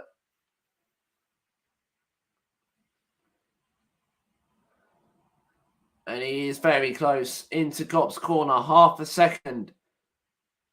And surely he's going to do it this time. Down to Stowe Corner. Oh, and Sainz has gone off the track. And Verstappen is going to get it back. Verstappen takes the lead. And a mistake at Chapel for Carlos Sainz.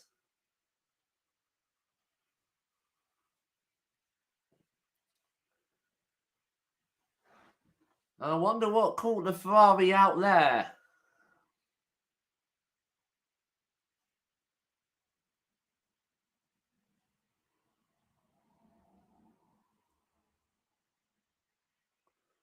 So let's see what happened with Sainz. The exit of Beckett's through. Chapel just runs wide.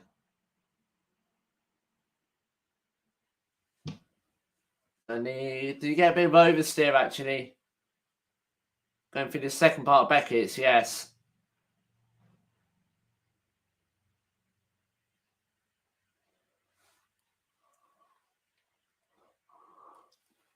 He steered left to turn into the slide, which then took him over the grass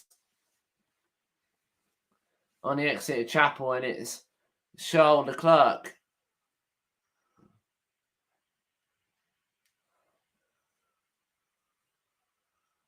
And Gasly has just gone off at Stowe as well. He's carried on. Leclerc now got DRS on his teammate.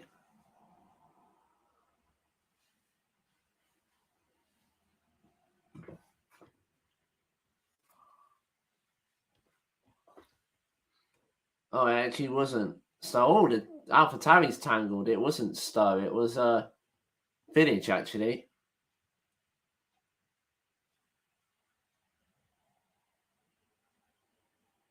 And Yuki Tsunoda not very happy.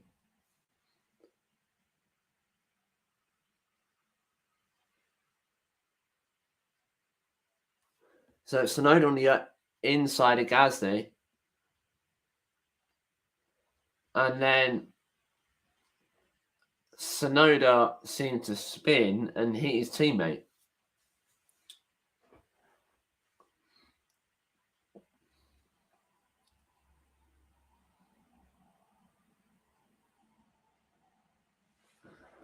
And the clerk on the radio saying he's faster than Carlos and wants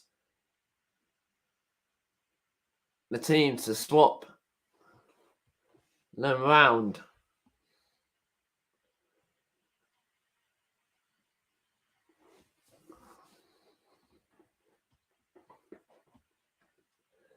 And Will Ferrari, team orders here. Verstappen's slow, and Sainz is going back past. And that's it. That's got a Silverstone roar. Puncture for Verstappen. No. Verstappen's in the pits. He's got a puncture. And the race leader. And the Ferraris run 1 and 2.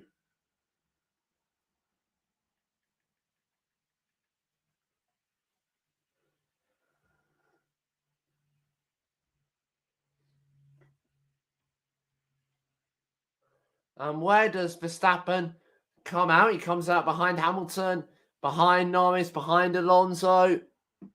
And he's going to come out back into 6th.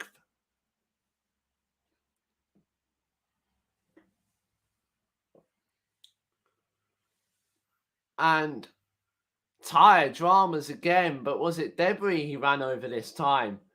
Maybe.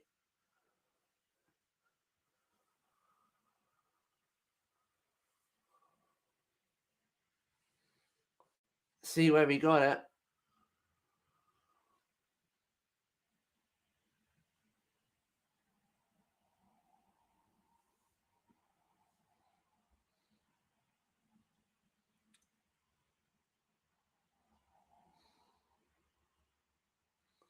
And it does lose all the way.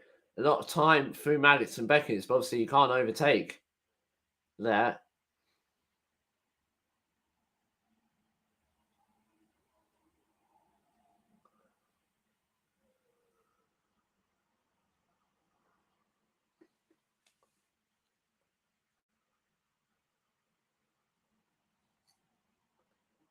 He did struggle to slow down for the speed line. He locked up actually going into the pit lane, but we've got a nice battle here.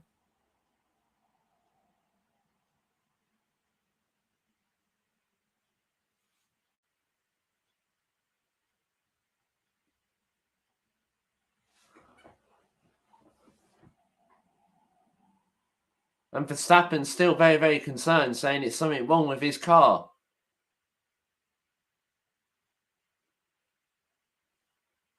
And Perez did lose part of his front wing at Cop, so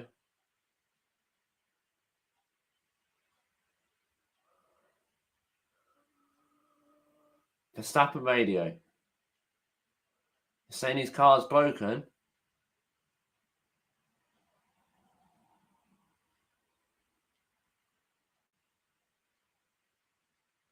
There is something wrong on the right rear. You can see it as you look at the camera. There's something gone wrong there on the right rear suspension of the Red Bull.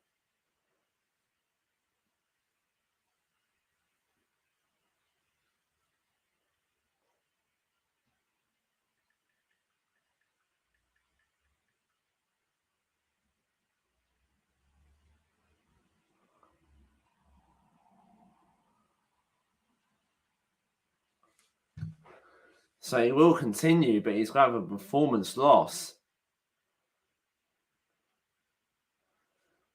So he's got some damaged bodywork. So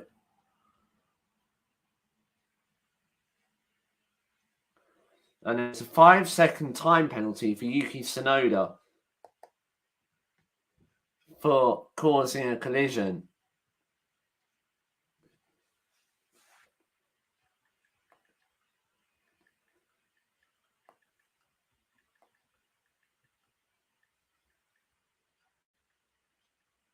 And Sainz and Leclerc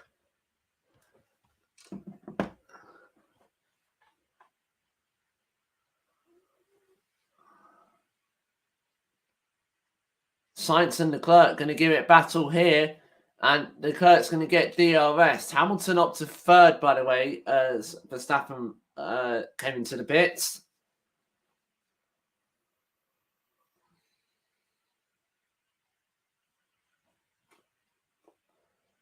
Hamilton faster than Leclerc on the last lap. They did say don't rule him out.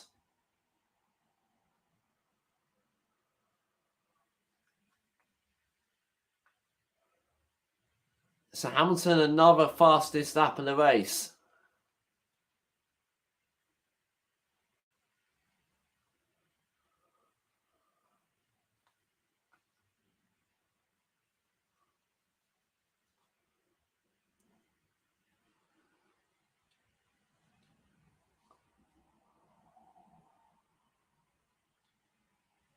So, obviously, Charles Leclerc does have that issue with his front wing, didn't he? He lost his front wing on the restart lap.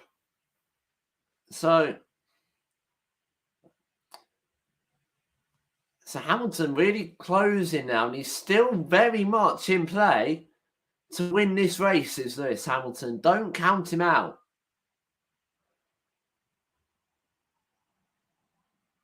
I mean, Charles Leclerc would be in undercut territory now of Carlos Sainz, but obviously it's really too early to be pitting. And Hamilton now in the distance, Leclerc radio.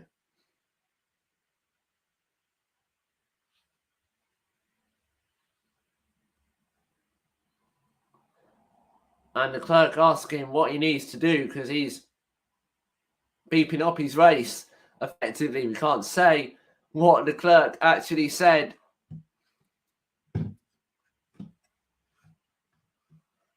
And Hamilton is coming at them quite quickly. Let's see where Leclerc did get that damage from. It was hitting and making contact with Sergio Perez.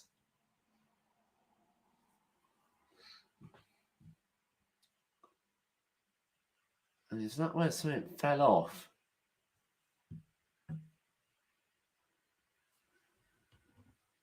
So maybe it was the Leclerc's wing falling off that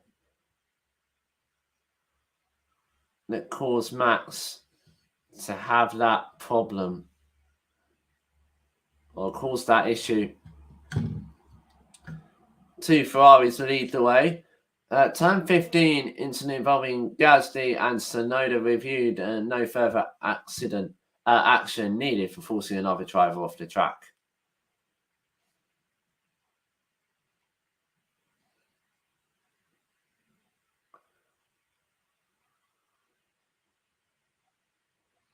So,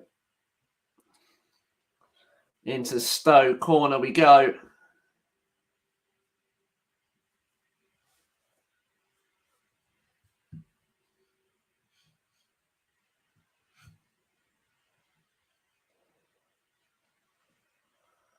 And the Leclerc radio.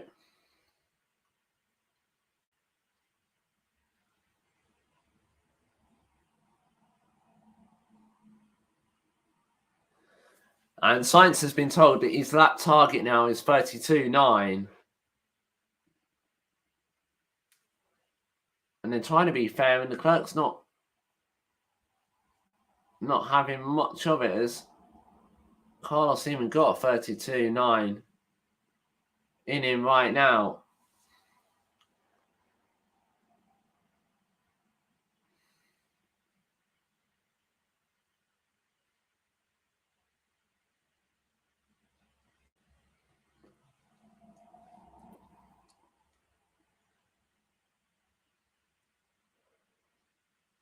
But Sainz is saying he's got to recharge his battery pack first before he can do the 32.9.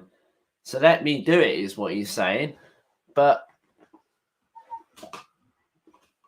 you know, he's saying effectively, I need to recharge my battery pack.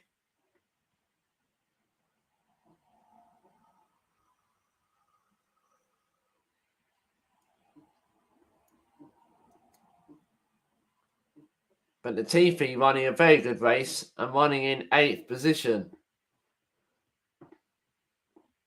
Science Radio, have a listen.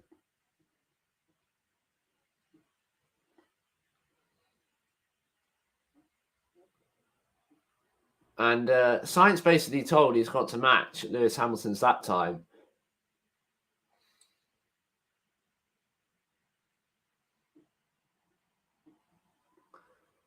Hamilton's still setting faster laps here. Science Radio, let's have a listen again.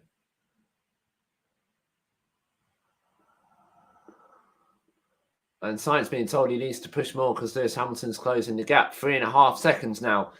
The gap between Lewis Hamilton and the two Ferraris.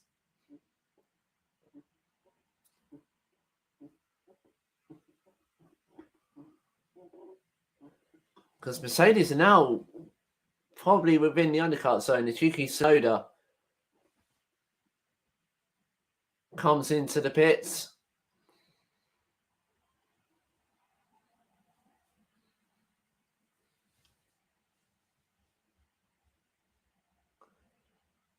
And Tsunoda 8.5 was his stop time. The Clerk Radio.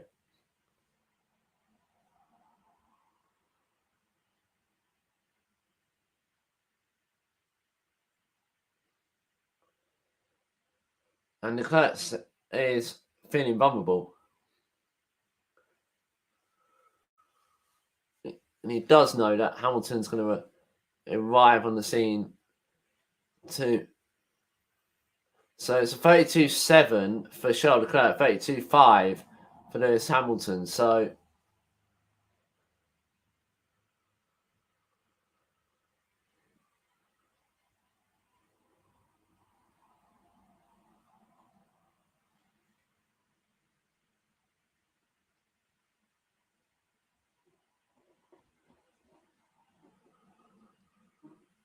Verstappen, with damage to his car, trundling along in 6th place. Schumacher has just gone into the pits. Is he? Yes.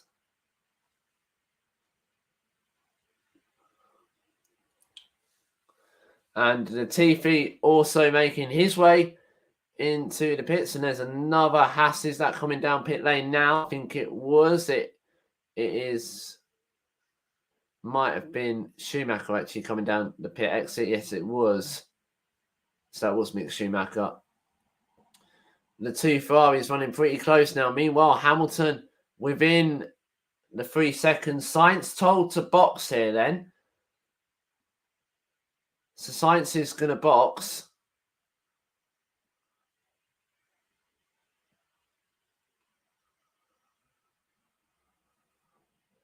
And that is basically to cover off an early pit stop from the Mercedes. But will Mercedes now run long in the race and try and hang out the one stop maybe? Good stop from the Ferrari crew, and nice 2.5 second stop. 31 laps Pirelli say, so it would be touch and go. And Leclerc comes out. Sainz, sorry, just comes out just ahead of Lando Norris there.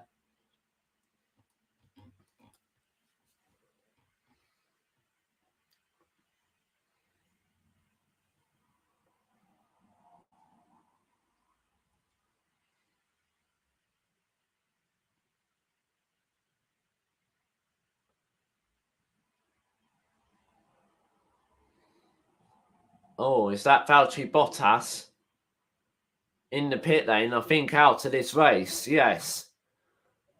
It's a double DNF for Alfa Romeo.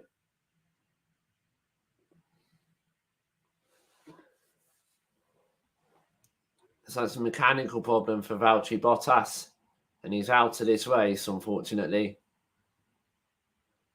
Hamilton Radio.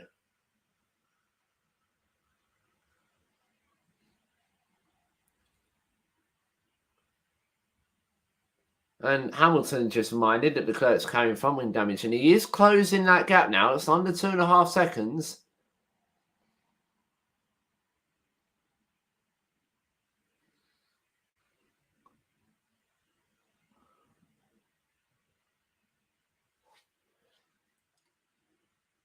And now it's a 61% chance of a Leclerc overtake in terms of the pit strategy. And it's going up a bit now, so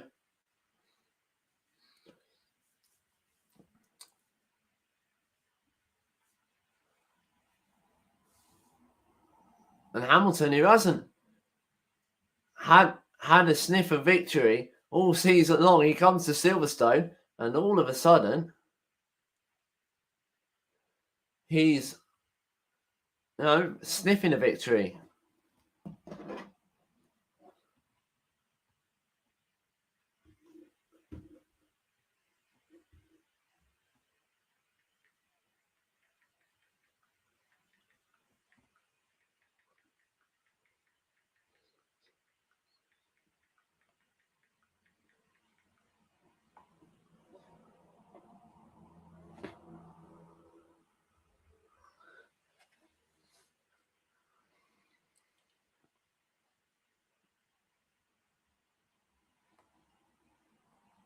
Two seconds now, the gap between Hamilton and Leclerc.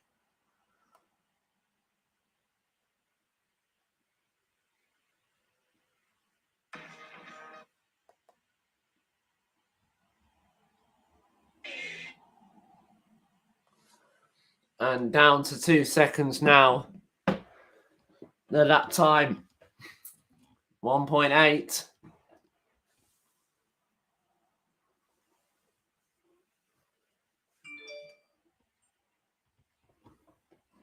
This Mercedes was very good on race pace on Friday. And it's showing its race pace again today. Hamilton radio saying his tyres are still strong as Ocon comes into the pits. A bit of a slow stop though for the Alpine, and Kevin Magnussen also came into the pits. 1.9 seconds now, the gap between Hamilton and Leclerc for the lead of this race.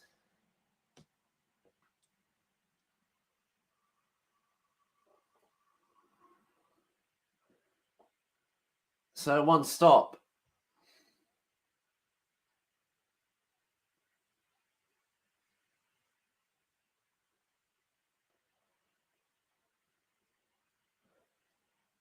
And another couple of laps, and I think Sainz could be in trouble of an overcut here from the two Mercedes. The one Mercedes, sorry. Lewis Hamilton. Leclerc radio. Full push. Leclerc's told 1.5 seconds is the gap out in front. As we can see, Ricciardo is chasing down Magnussen through maggots. Verstappen told to pit once again. And is that Verstappen out the race? No, it is tyres.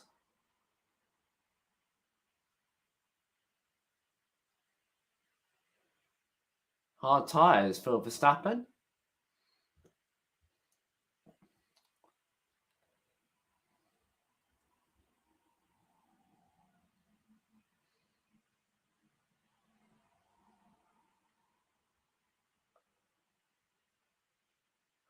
And he's come out just ahead of Sebastian Vettel, but Vettel's going to overtake him actually. And Verstappen down to 8th. Meanwhile, Perez up to 6th. And Vettel's got DRS.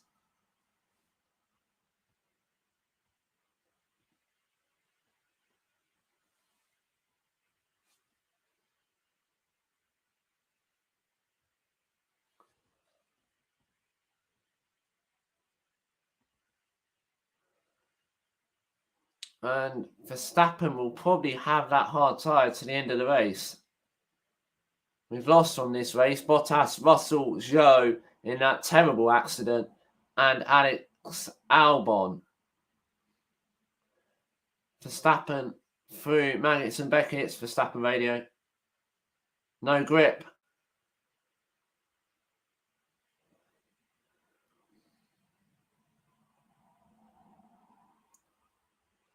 One second, meanwhile, the gap between Hamilton and Leclerc. He's almost got DRS.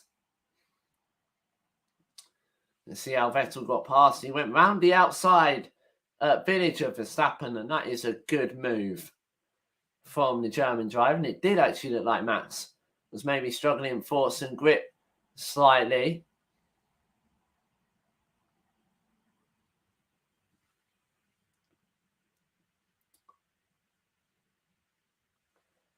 And he's not a second clear now. It's under a second as they went through Stowe. And Leclerc pits. So Hamilton leads the Grand Prix here now. And that's a British cheer.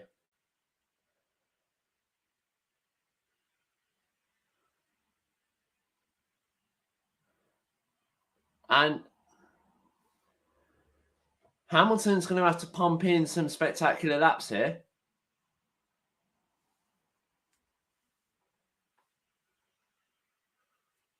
So Hamilton leads the race.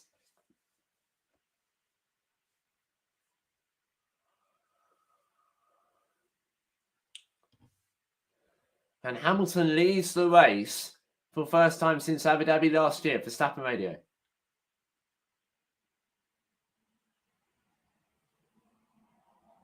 Verstappen moaning that he's driving on ice.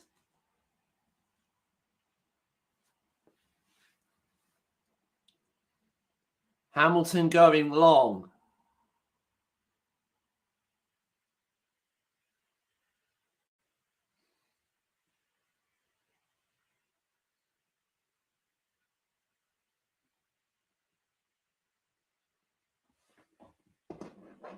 And Gasly gets a black and orange flag for a damaged car.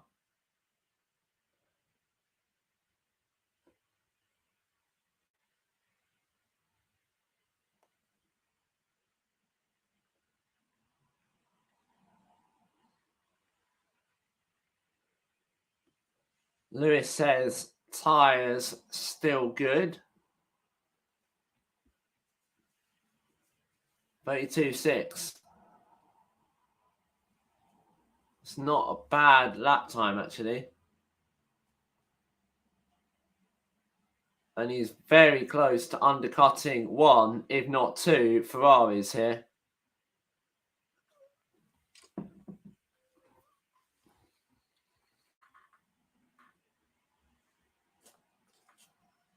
And he's driving the wheels off that Mercedes.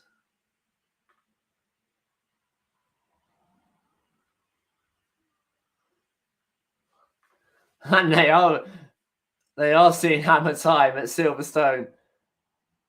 Are the British fans a 50% chance of a Hamilton overtake if he was to pit now? On Leclerc, that is.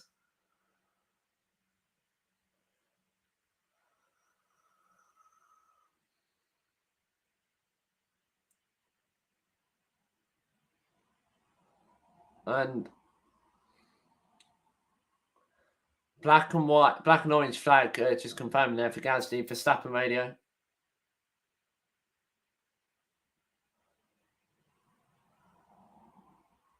Verstappen saying he's got no front and rear wing.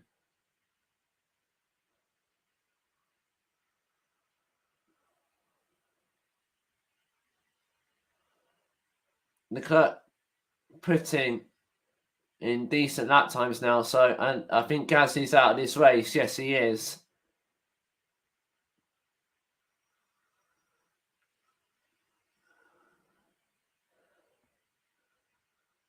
Gasly out of this race. When will Hamilton pit? It would be very, very close with the two Ferraris if he pitted this lap.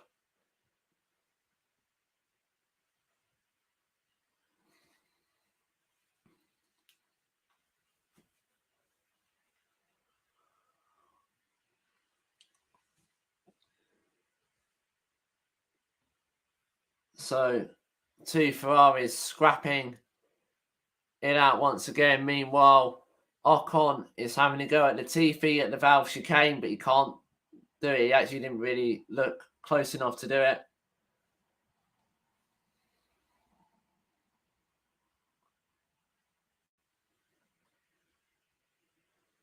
pit stop average time lost is 19 seconds, so it would.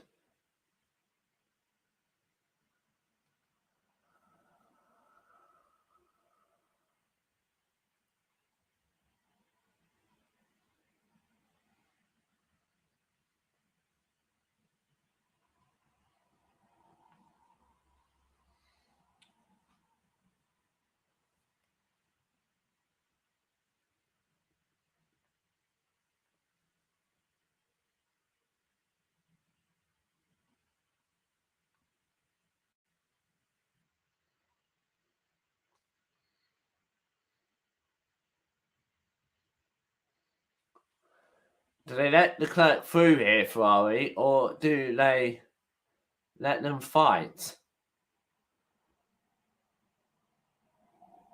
And if Hamilton pitted now, he'd be right in the middle of this battle. Leclerc radio. Free to fight. Say Ferrari. No team orders. And they're basically saying, if you want to sort it out, Leclerc, go and sort it out, Charles.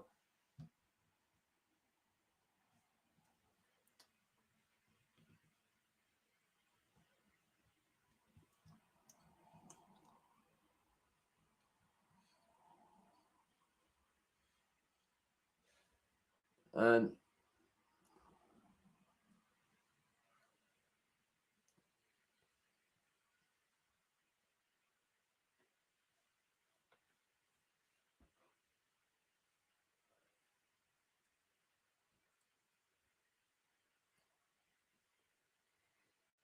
as Ocon gets past Latifi.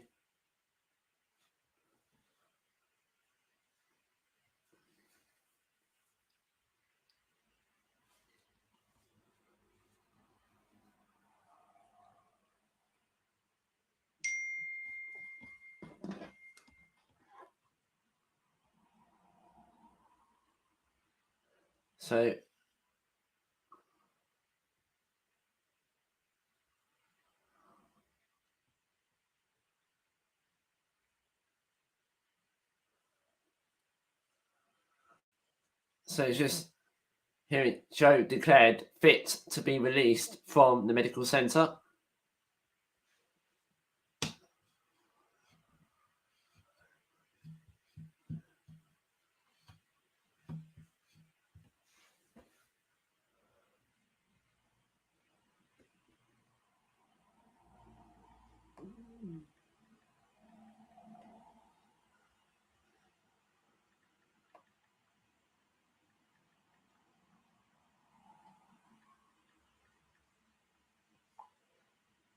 So just hearing Alex Albon was airlifted to hospital.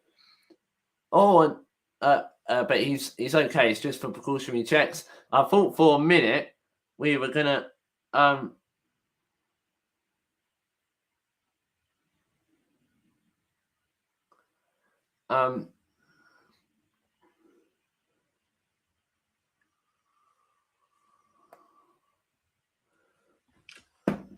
Ferrari can't play around here. They've got to do the switch down the hanger straight. Leclerc went looked for the move into Village. And are they going to switch positions down the Wellington straight? Science radio. And they have now let Leclerc through on the Wellington straight.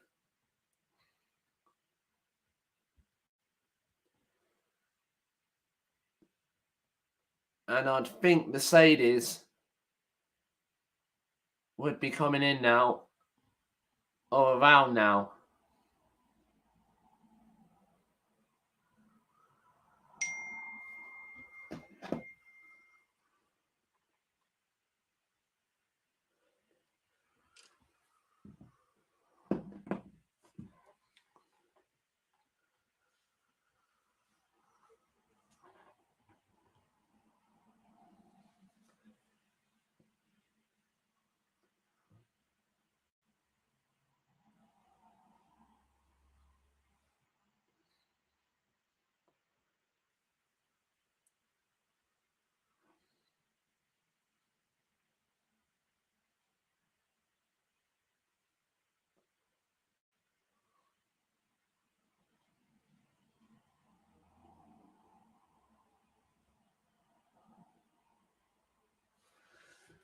So, Sainz pitted lap 20. Hamilton, Leclerc pitted lap 25. So, Hamilton's going to have at least a 7-lap time advantage here.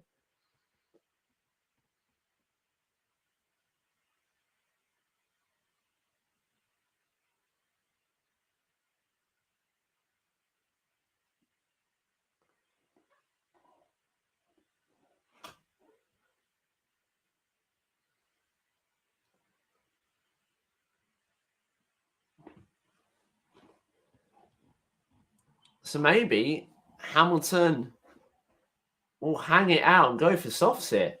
Maybe it's a possibility he does not pit this lap.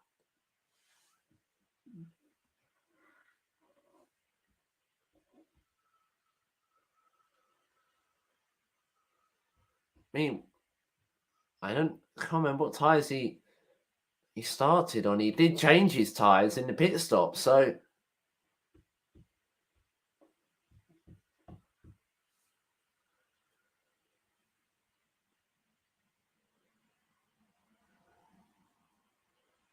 Schumacher up into the points as well. He's gone past Latifi. But Charles Leclerc has just set the fastest lap.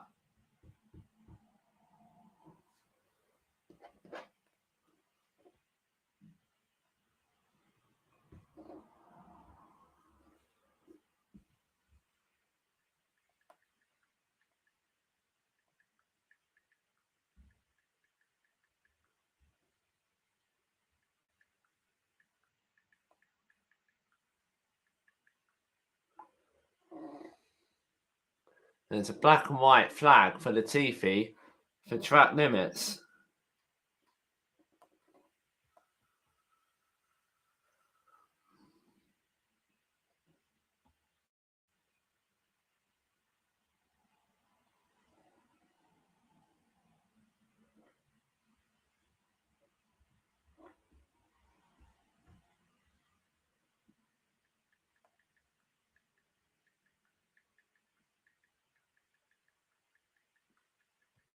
Oh, he's coming in.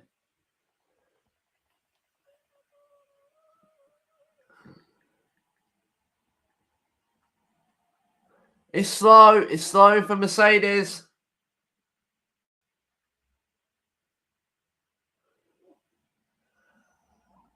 And the two Ferraris coming down the straight now. Hamilton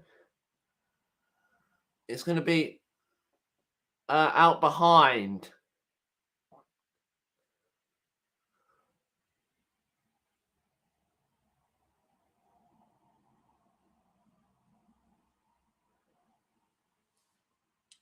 Fresher tyres now. Leclerc takes the lead.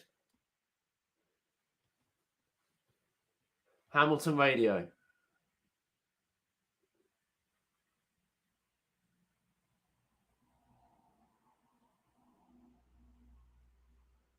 Warm-up will be challenging, says Lewis Hamilton. See what went wrong on the pit stop. It's just the front right, I think. Yeah.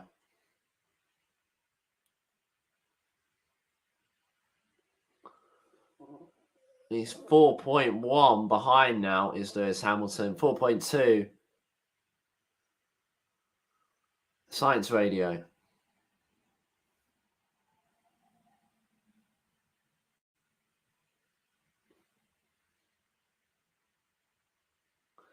So Carlos saying his Charles gives him DRS. Hamilton can't pass him.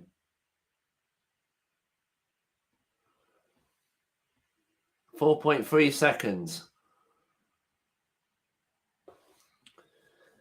Sainz pitted 15 laps earlier than what Lewis Hamilton did.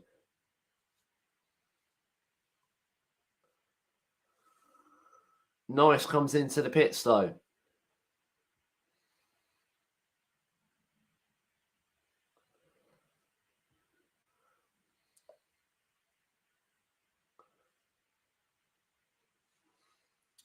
And Norris comes in. That's because Alonso's just pitted, so they had to respond. 2.8 second stop for Lando Norris.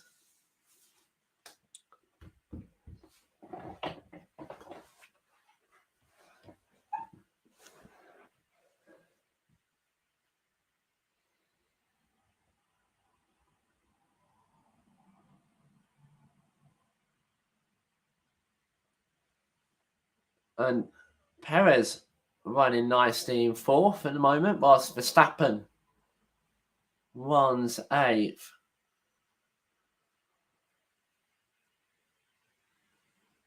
Hamilton radio.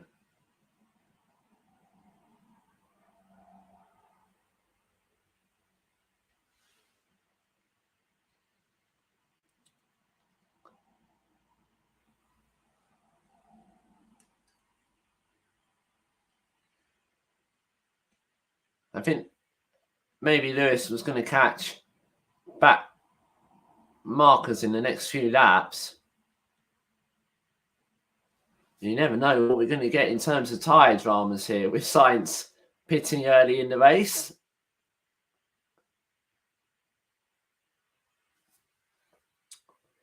And Verstappen under pressure now from Esteban Ocon over 8th place.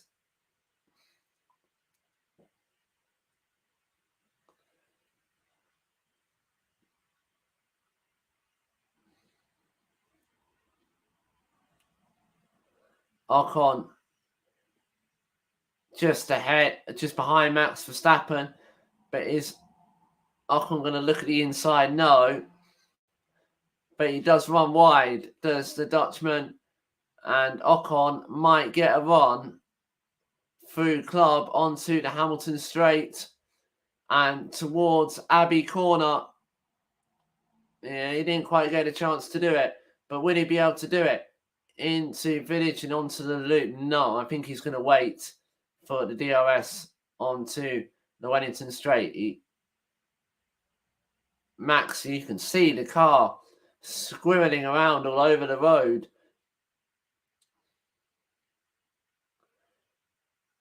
And Ocon, Science Radio.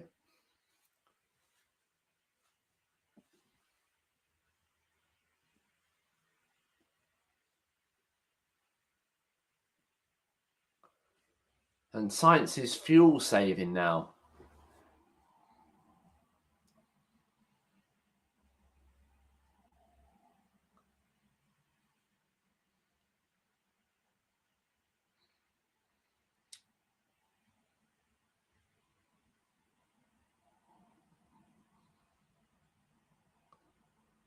And now Ocon is close to Verstappen going to Stowe Corner. And Ocon is going to go down the inside at Stowe. And that gets a British cheer as well. And Verstappen now down to 9th. But he's going to fight it back. Is the World Championship leader.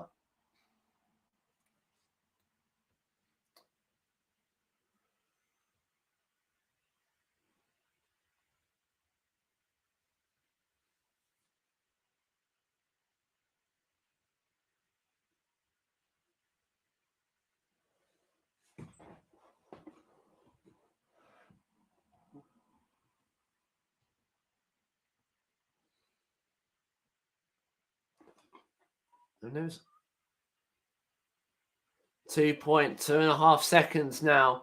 The gap between Hamilton and Sainz.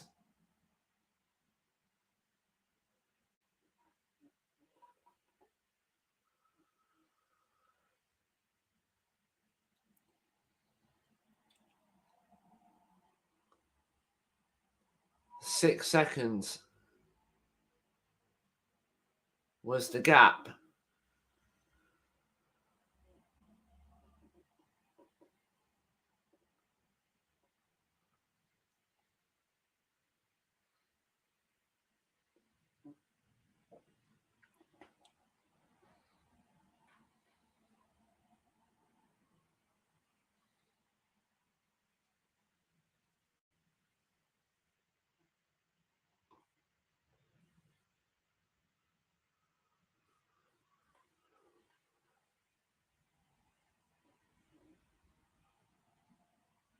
Mercedes, Lewis Hamilton heading through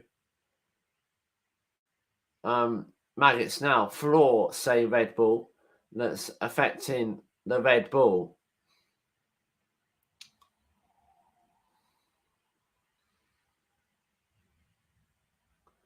And there's still that scrap, and Verstappen could find himself outside the top 10 here, but he's going to go with it on Esteban Ocon, and he's going to get back past Esteban Ocon towards Brooklands and back up to 8th place.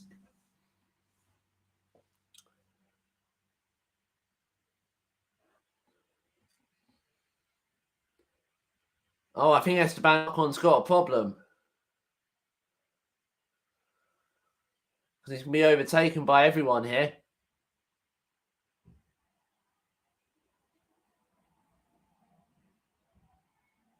And he's stuck in second gear, going down the old start-finish straight towards Copse.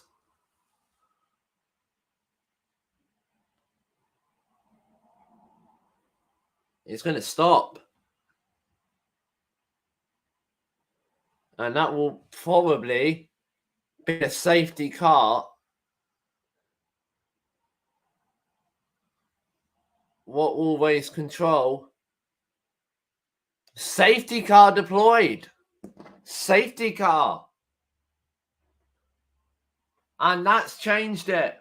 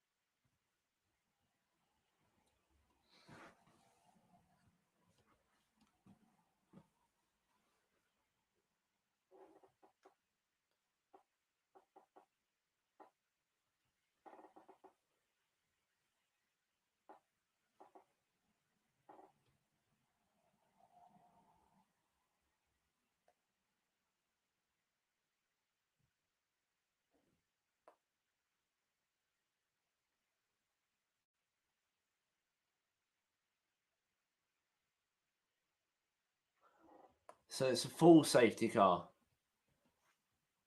And Perez could be very much in this race.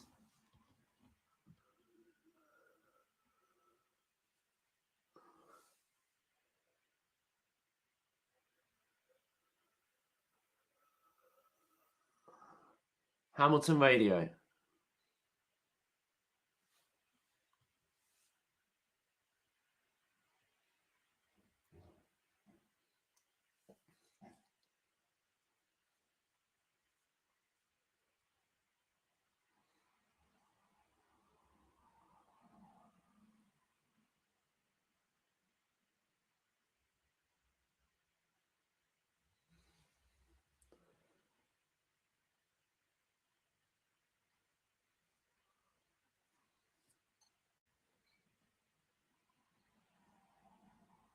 Verstappen in the pits. He's going for a set of softs.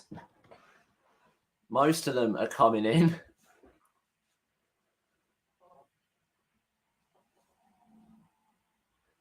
And everyone's going to be bunched together for the final few laps. Leclerc radio.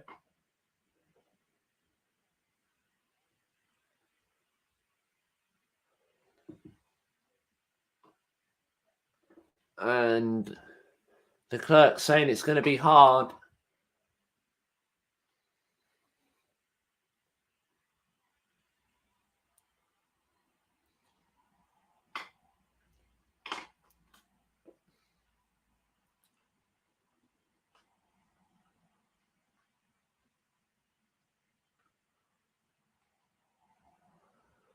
And they've got that car cleared, so we should, in theory, be ready to go in a couple of laps.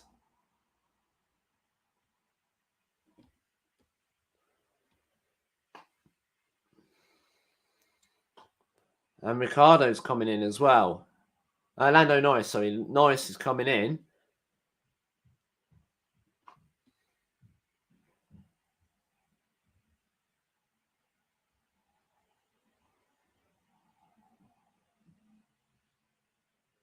They had the gap to pit, so if you have the gap, it's Norris, and Norris has actually come out behind Fernando.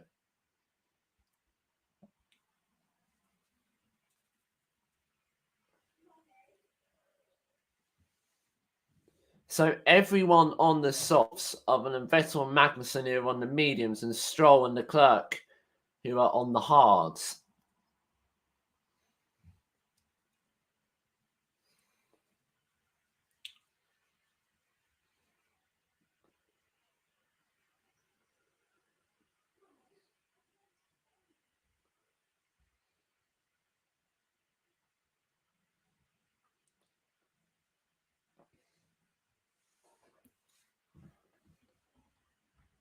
So yeah, it is a question.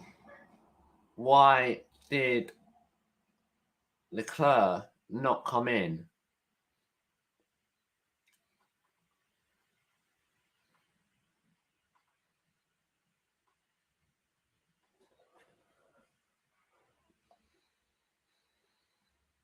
Lap cars 3 and 22 may now overtake the safety car.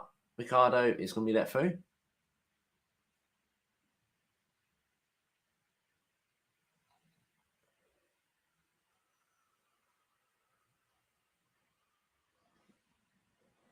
$14 remain in this hectic British Grand Prix.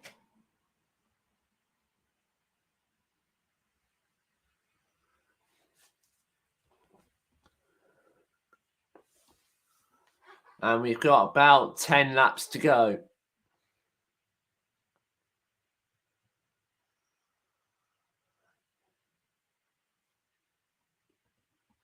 I can imagine safety car will be in next time around. Science Radio.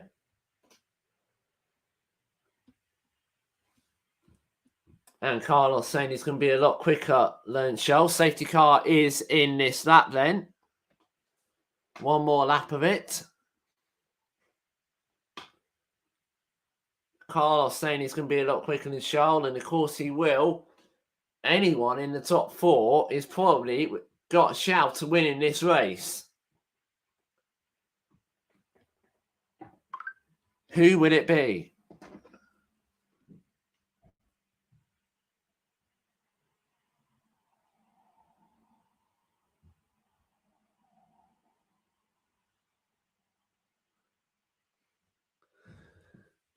Sainz has got a very good chance to win his first Grand Prix here.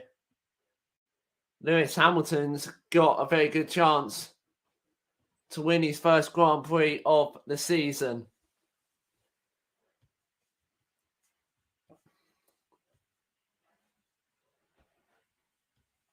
It's going to be a Grand Slam finish at Silverstone this afternoon. Don't discount Sergio Perez from this race either.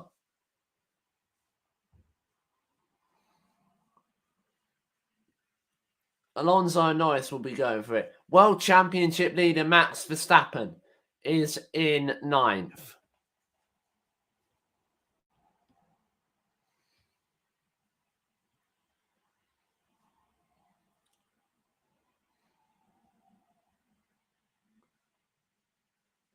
It's going to get tasty between now and the checkered flag for the destiny of the British Grand Prix. Science Radio.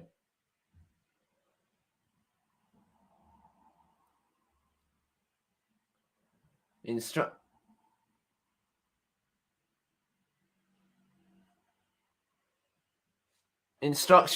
from Ferrari to leave 10 car lengths to Leclerc is given to Sainz.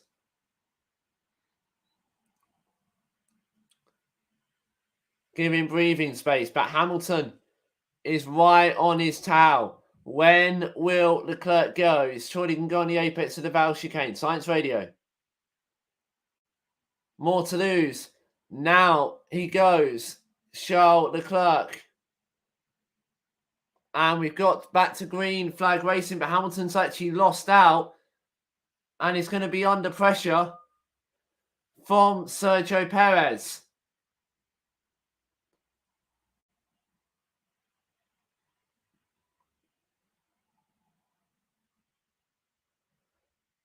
Perez going to try the outside. And now at the inside at Aintree. Oh, the two Ferraris are side by side. Sainz has got the lead, has he? Yes. Hamilton loses out on the podium. Sainz and Leclerc. Sainz has got the lead of the race.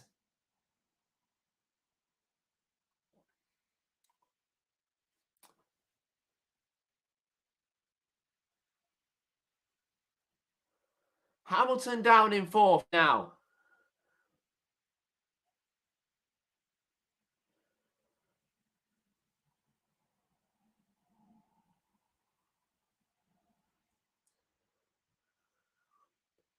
Perez back in the podium position. This is the craziness of the Grand Prix, and Perez might well be going up to second place here at Stowe.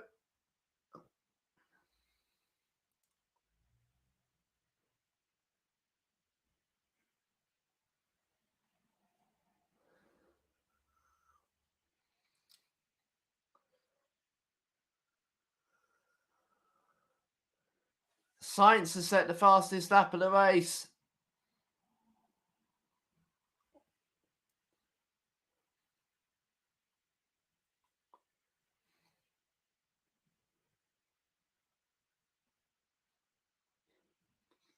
I mean, Sainz, I think, ran wide at Aintree, and that gave Sainz the opportunity.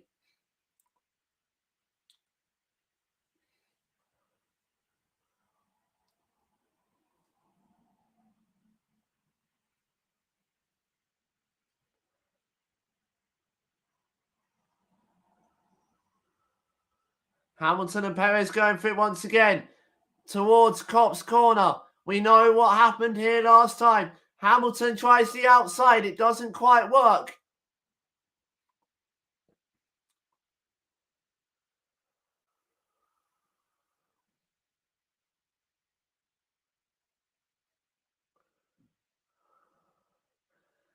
And what Sainz wanted was the win and the victory.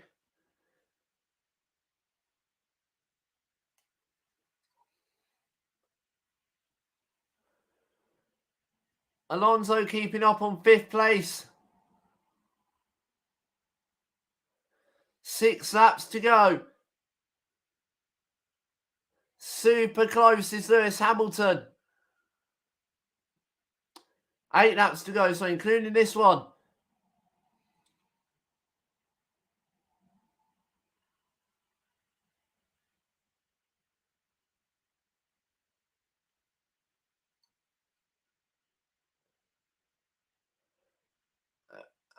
And Perez is going to get DRS, and so is Hamilton. Perez radio.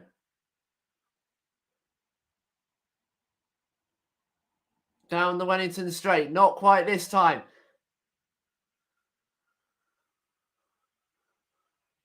And Hamilton runs wide. So does Leclerc. And we head to Copse Corner for one lot. Through goes the Ferrari. Through goes the Red Bull. Through goes the Mercedes. Towards Stowe. Perez is... Sainz is going to have... Perez is going to have a good chance here at getting past Leclerc towards Stowe Corner.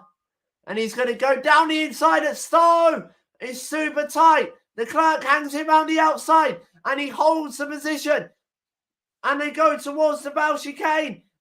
And it is Leclerc who holds the position. But Leclerc and Hamilton's going to go down the inside of all of them. Hamilton up to second. And that's got a British roar.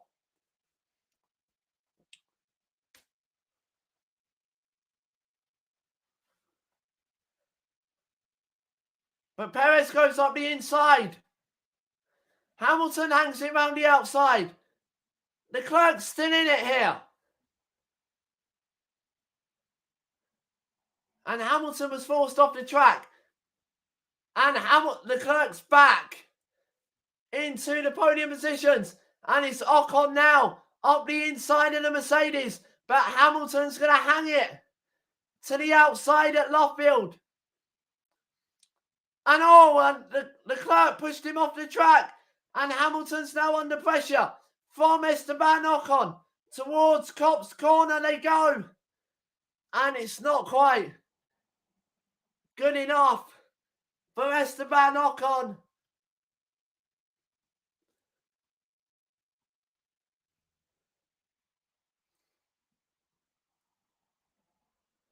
And the stewards have noted it.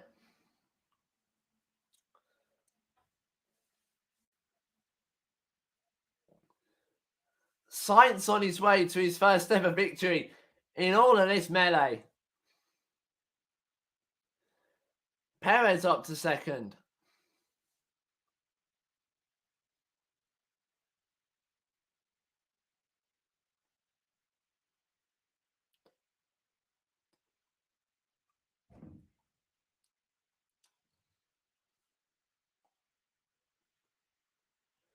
But did Perez gain an advantage by cutting the corner? Because he kept the position against Leclerc, didn't he?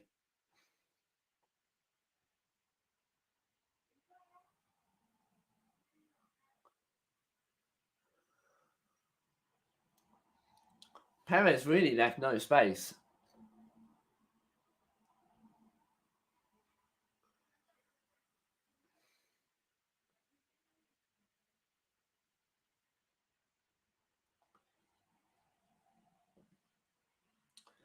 Let's go once again towards Copse Corner. Remember, vote the driver of the day closes in 4 laps. F1.com/vote. And down towards Stowe Corner they go. Hamilton's going to get DRS. And he's gaining all the time. He's going to try the outside at Stowe, and it's not going to quite work. But he might be able to get the inside at the Val chicane. Leclerc's going to force him to the outside. It's not quite going to be enough. 5 laps to go at Silverstone.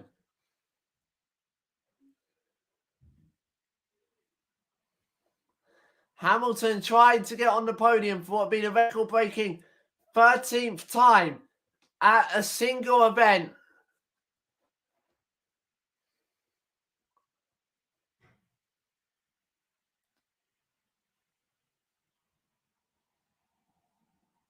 Meanwhile, the turn 3 incident involving Perez and Hamilton's noted, but Hamilton's going to go to the outside of Brooklands, and Leclerc's going to go wide, and Hamilton's going to try the outside at Luffield. Is it going to work? It is. Hamilton up in the podium positions, but Leclerc's going to fight it back, and they're going to go wheel to wheel into Copse Corner. We know what happened last time. Leclerc held position.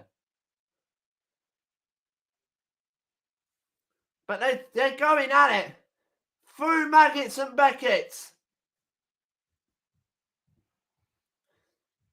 But Hamilton's going to give it a go towards Stowe Corner. And he is past this time. And he's going to stay ahead. And Leclerc could be in trouble from Fernando Alonso.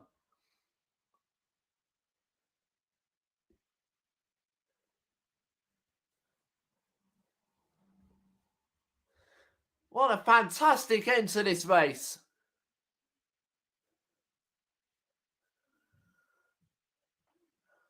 Hamilton chasing after Perez, but Perez chasing after Sainz. 3 laps to go here at Silverstone.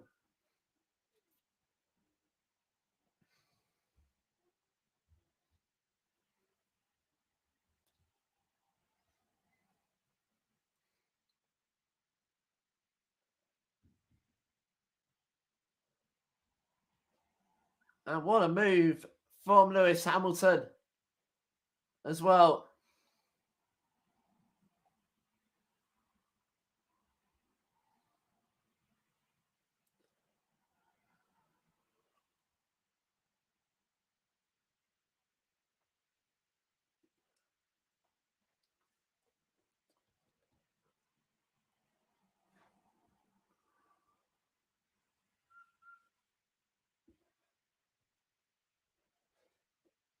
Race of the season by a long way. 1.5 seconds though. Verstappen under pressure into Stowe from Mick Schumacher, who could be on for his first Formula One points, and he might still have an opportunity into the Val chicane.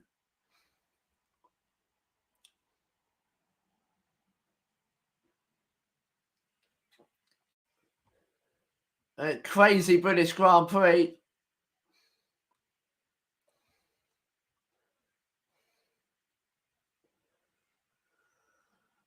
I think everyone wants Mick Schumacher to score points this afternoon.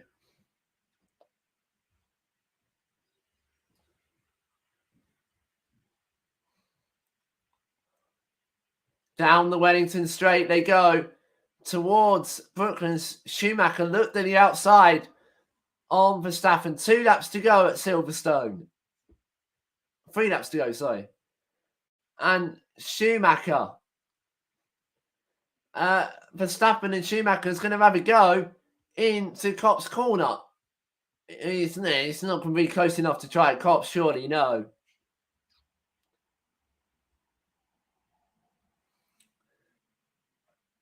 Through Maggots and Beckett's. The World Championship leader has had a bad day at the office. And he's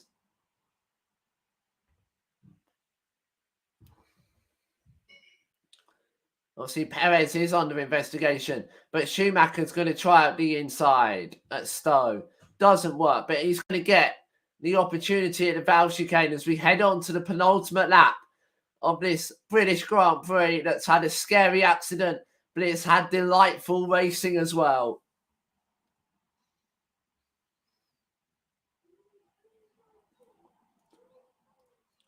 So many. It could have been won by.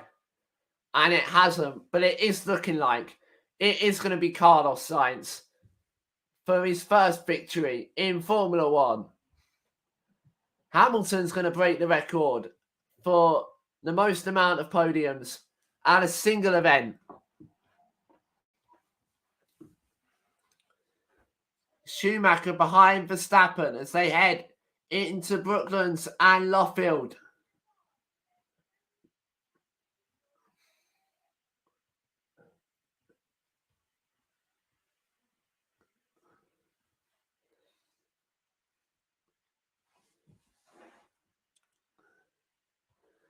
And Carlos Sainz approaching Stowe corner.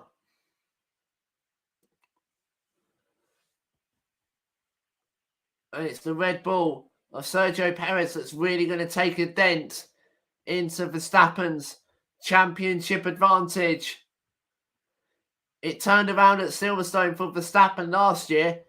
It might be about to turn around at Silverstone for again Verstappen this year. Final lap here at Silverstone, where Ocon, Gasly, Bottas, Russell and Zhou and Albon will not make it to the checkered flag. Sainz is twice has taken pole this year and lost the lead. Third time lucky. It is a saying, but it might well be third time lucky for Carlos Sainz in 2022. And the clerk is going to come home in full position if he can make it to the end of the lap. And meanwhile, Schumacher is going with Verstappen. Verstappen's going to force him off the road, and they almost made contact at Brooklands. Meanwhile, we watch Lewis Hamilton go through Copse corner to Maggots and Beckett's for one final time Boy, do we love Silverstone. Sainz through Stowe. In his 150th Formula One Grand Prix start. He came so close last time out at Canada. But 2 weeks later at Silverstone, Carlos Sainz is a Formula One winner. And Sainz wins the British Grand Prix. Perez comes home second, but it's Lewis Hamilton who comes home in third. And meanwhile, Verstappen and Schumacher are still going for it. Leclerc fourth, Alonso fifth. Schumacher tries for the club, doesn't quite do it, but scores his first points in Formula One. Vettel comes home ninth, Magnussen in 10th. It's a double point scoring finish for Haas. And what an incredible Grand Prix that was.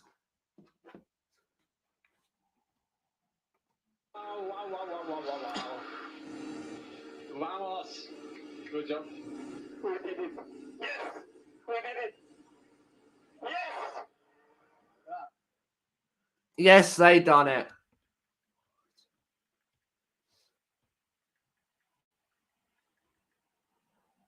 No further action on Perez as well.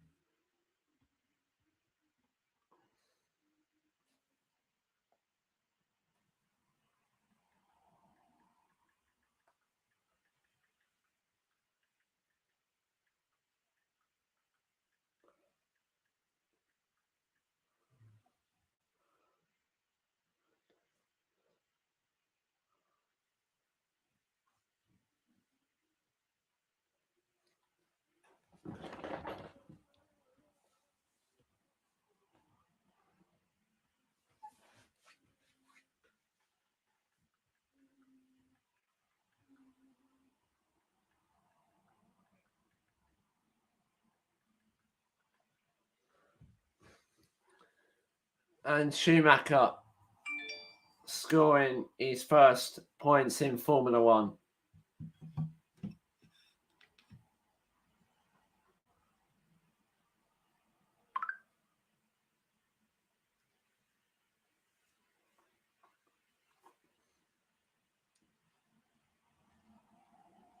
And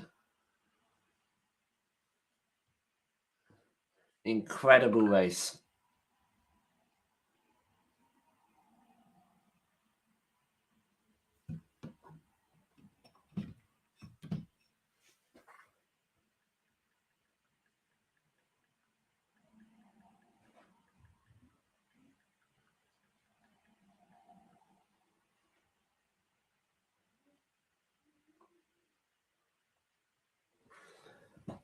Sainz finished runner-up so far this year.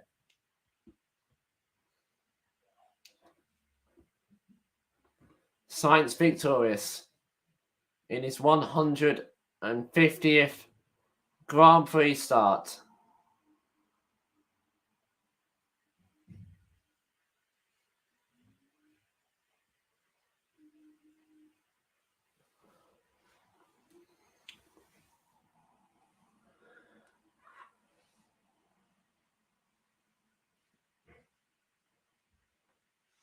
And what a fantastic Grand Prix it has been.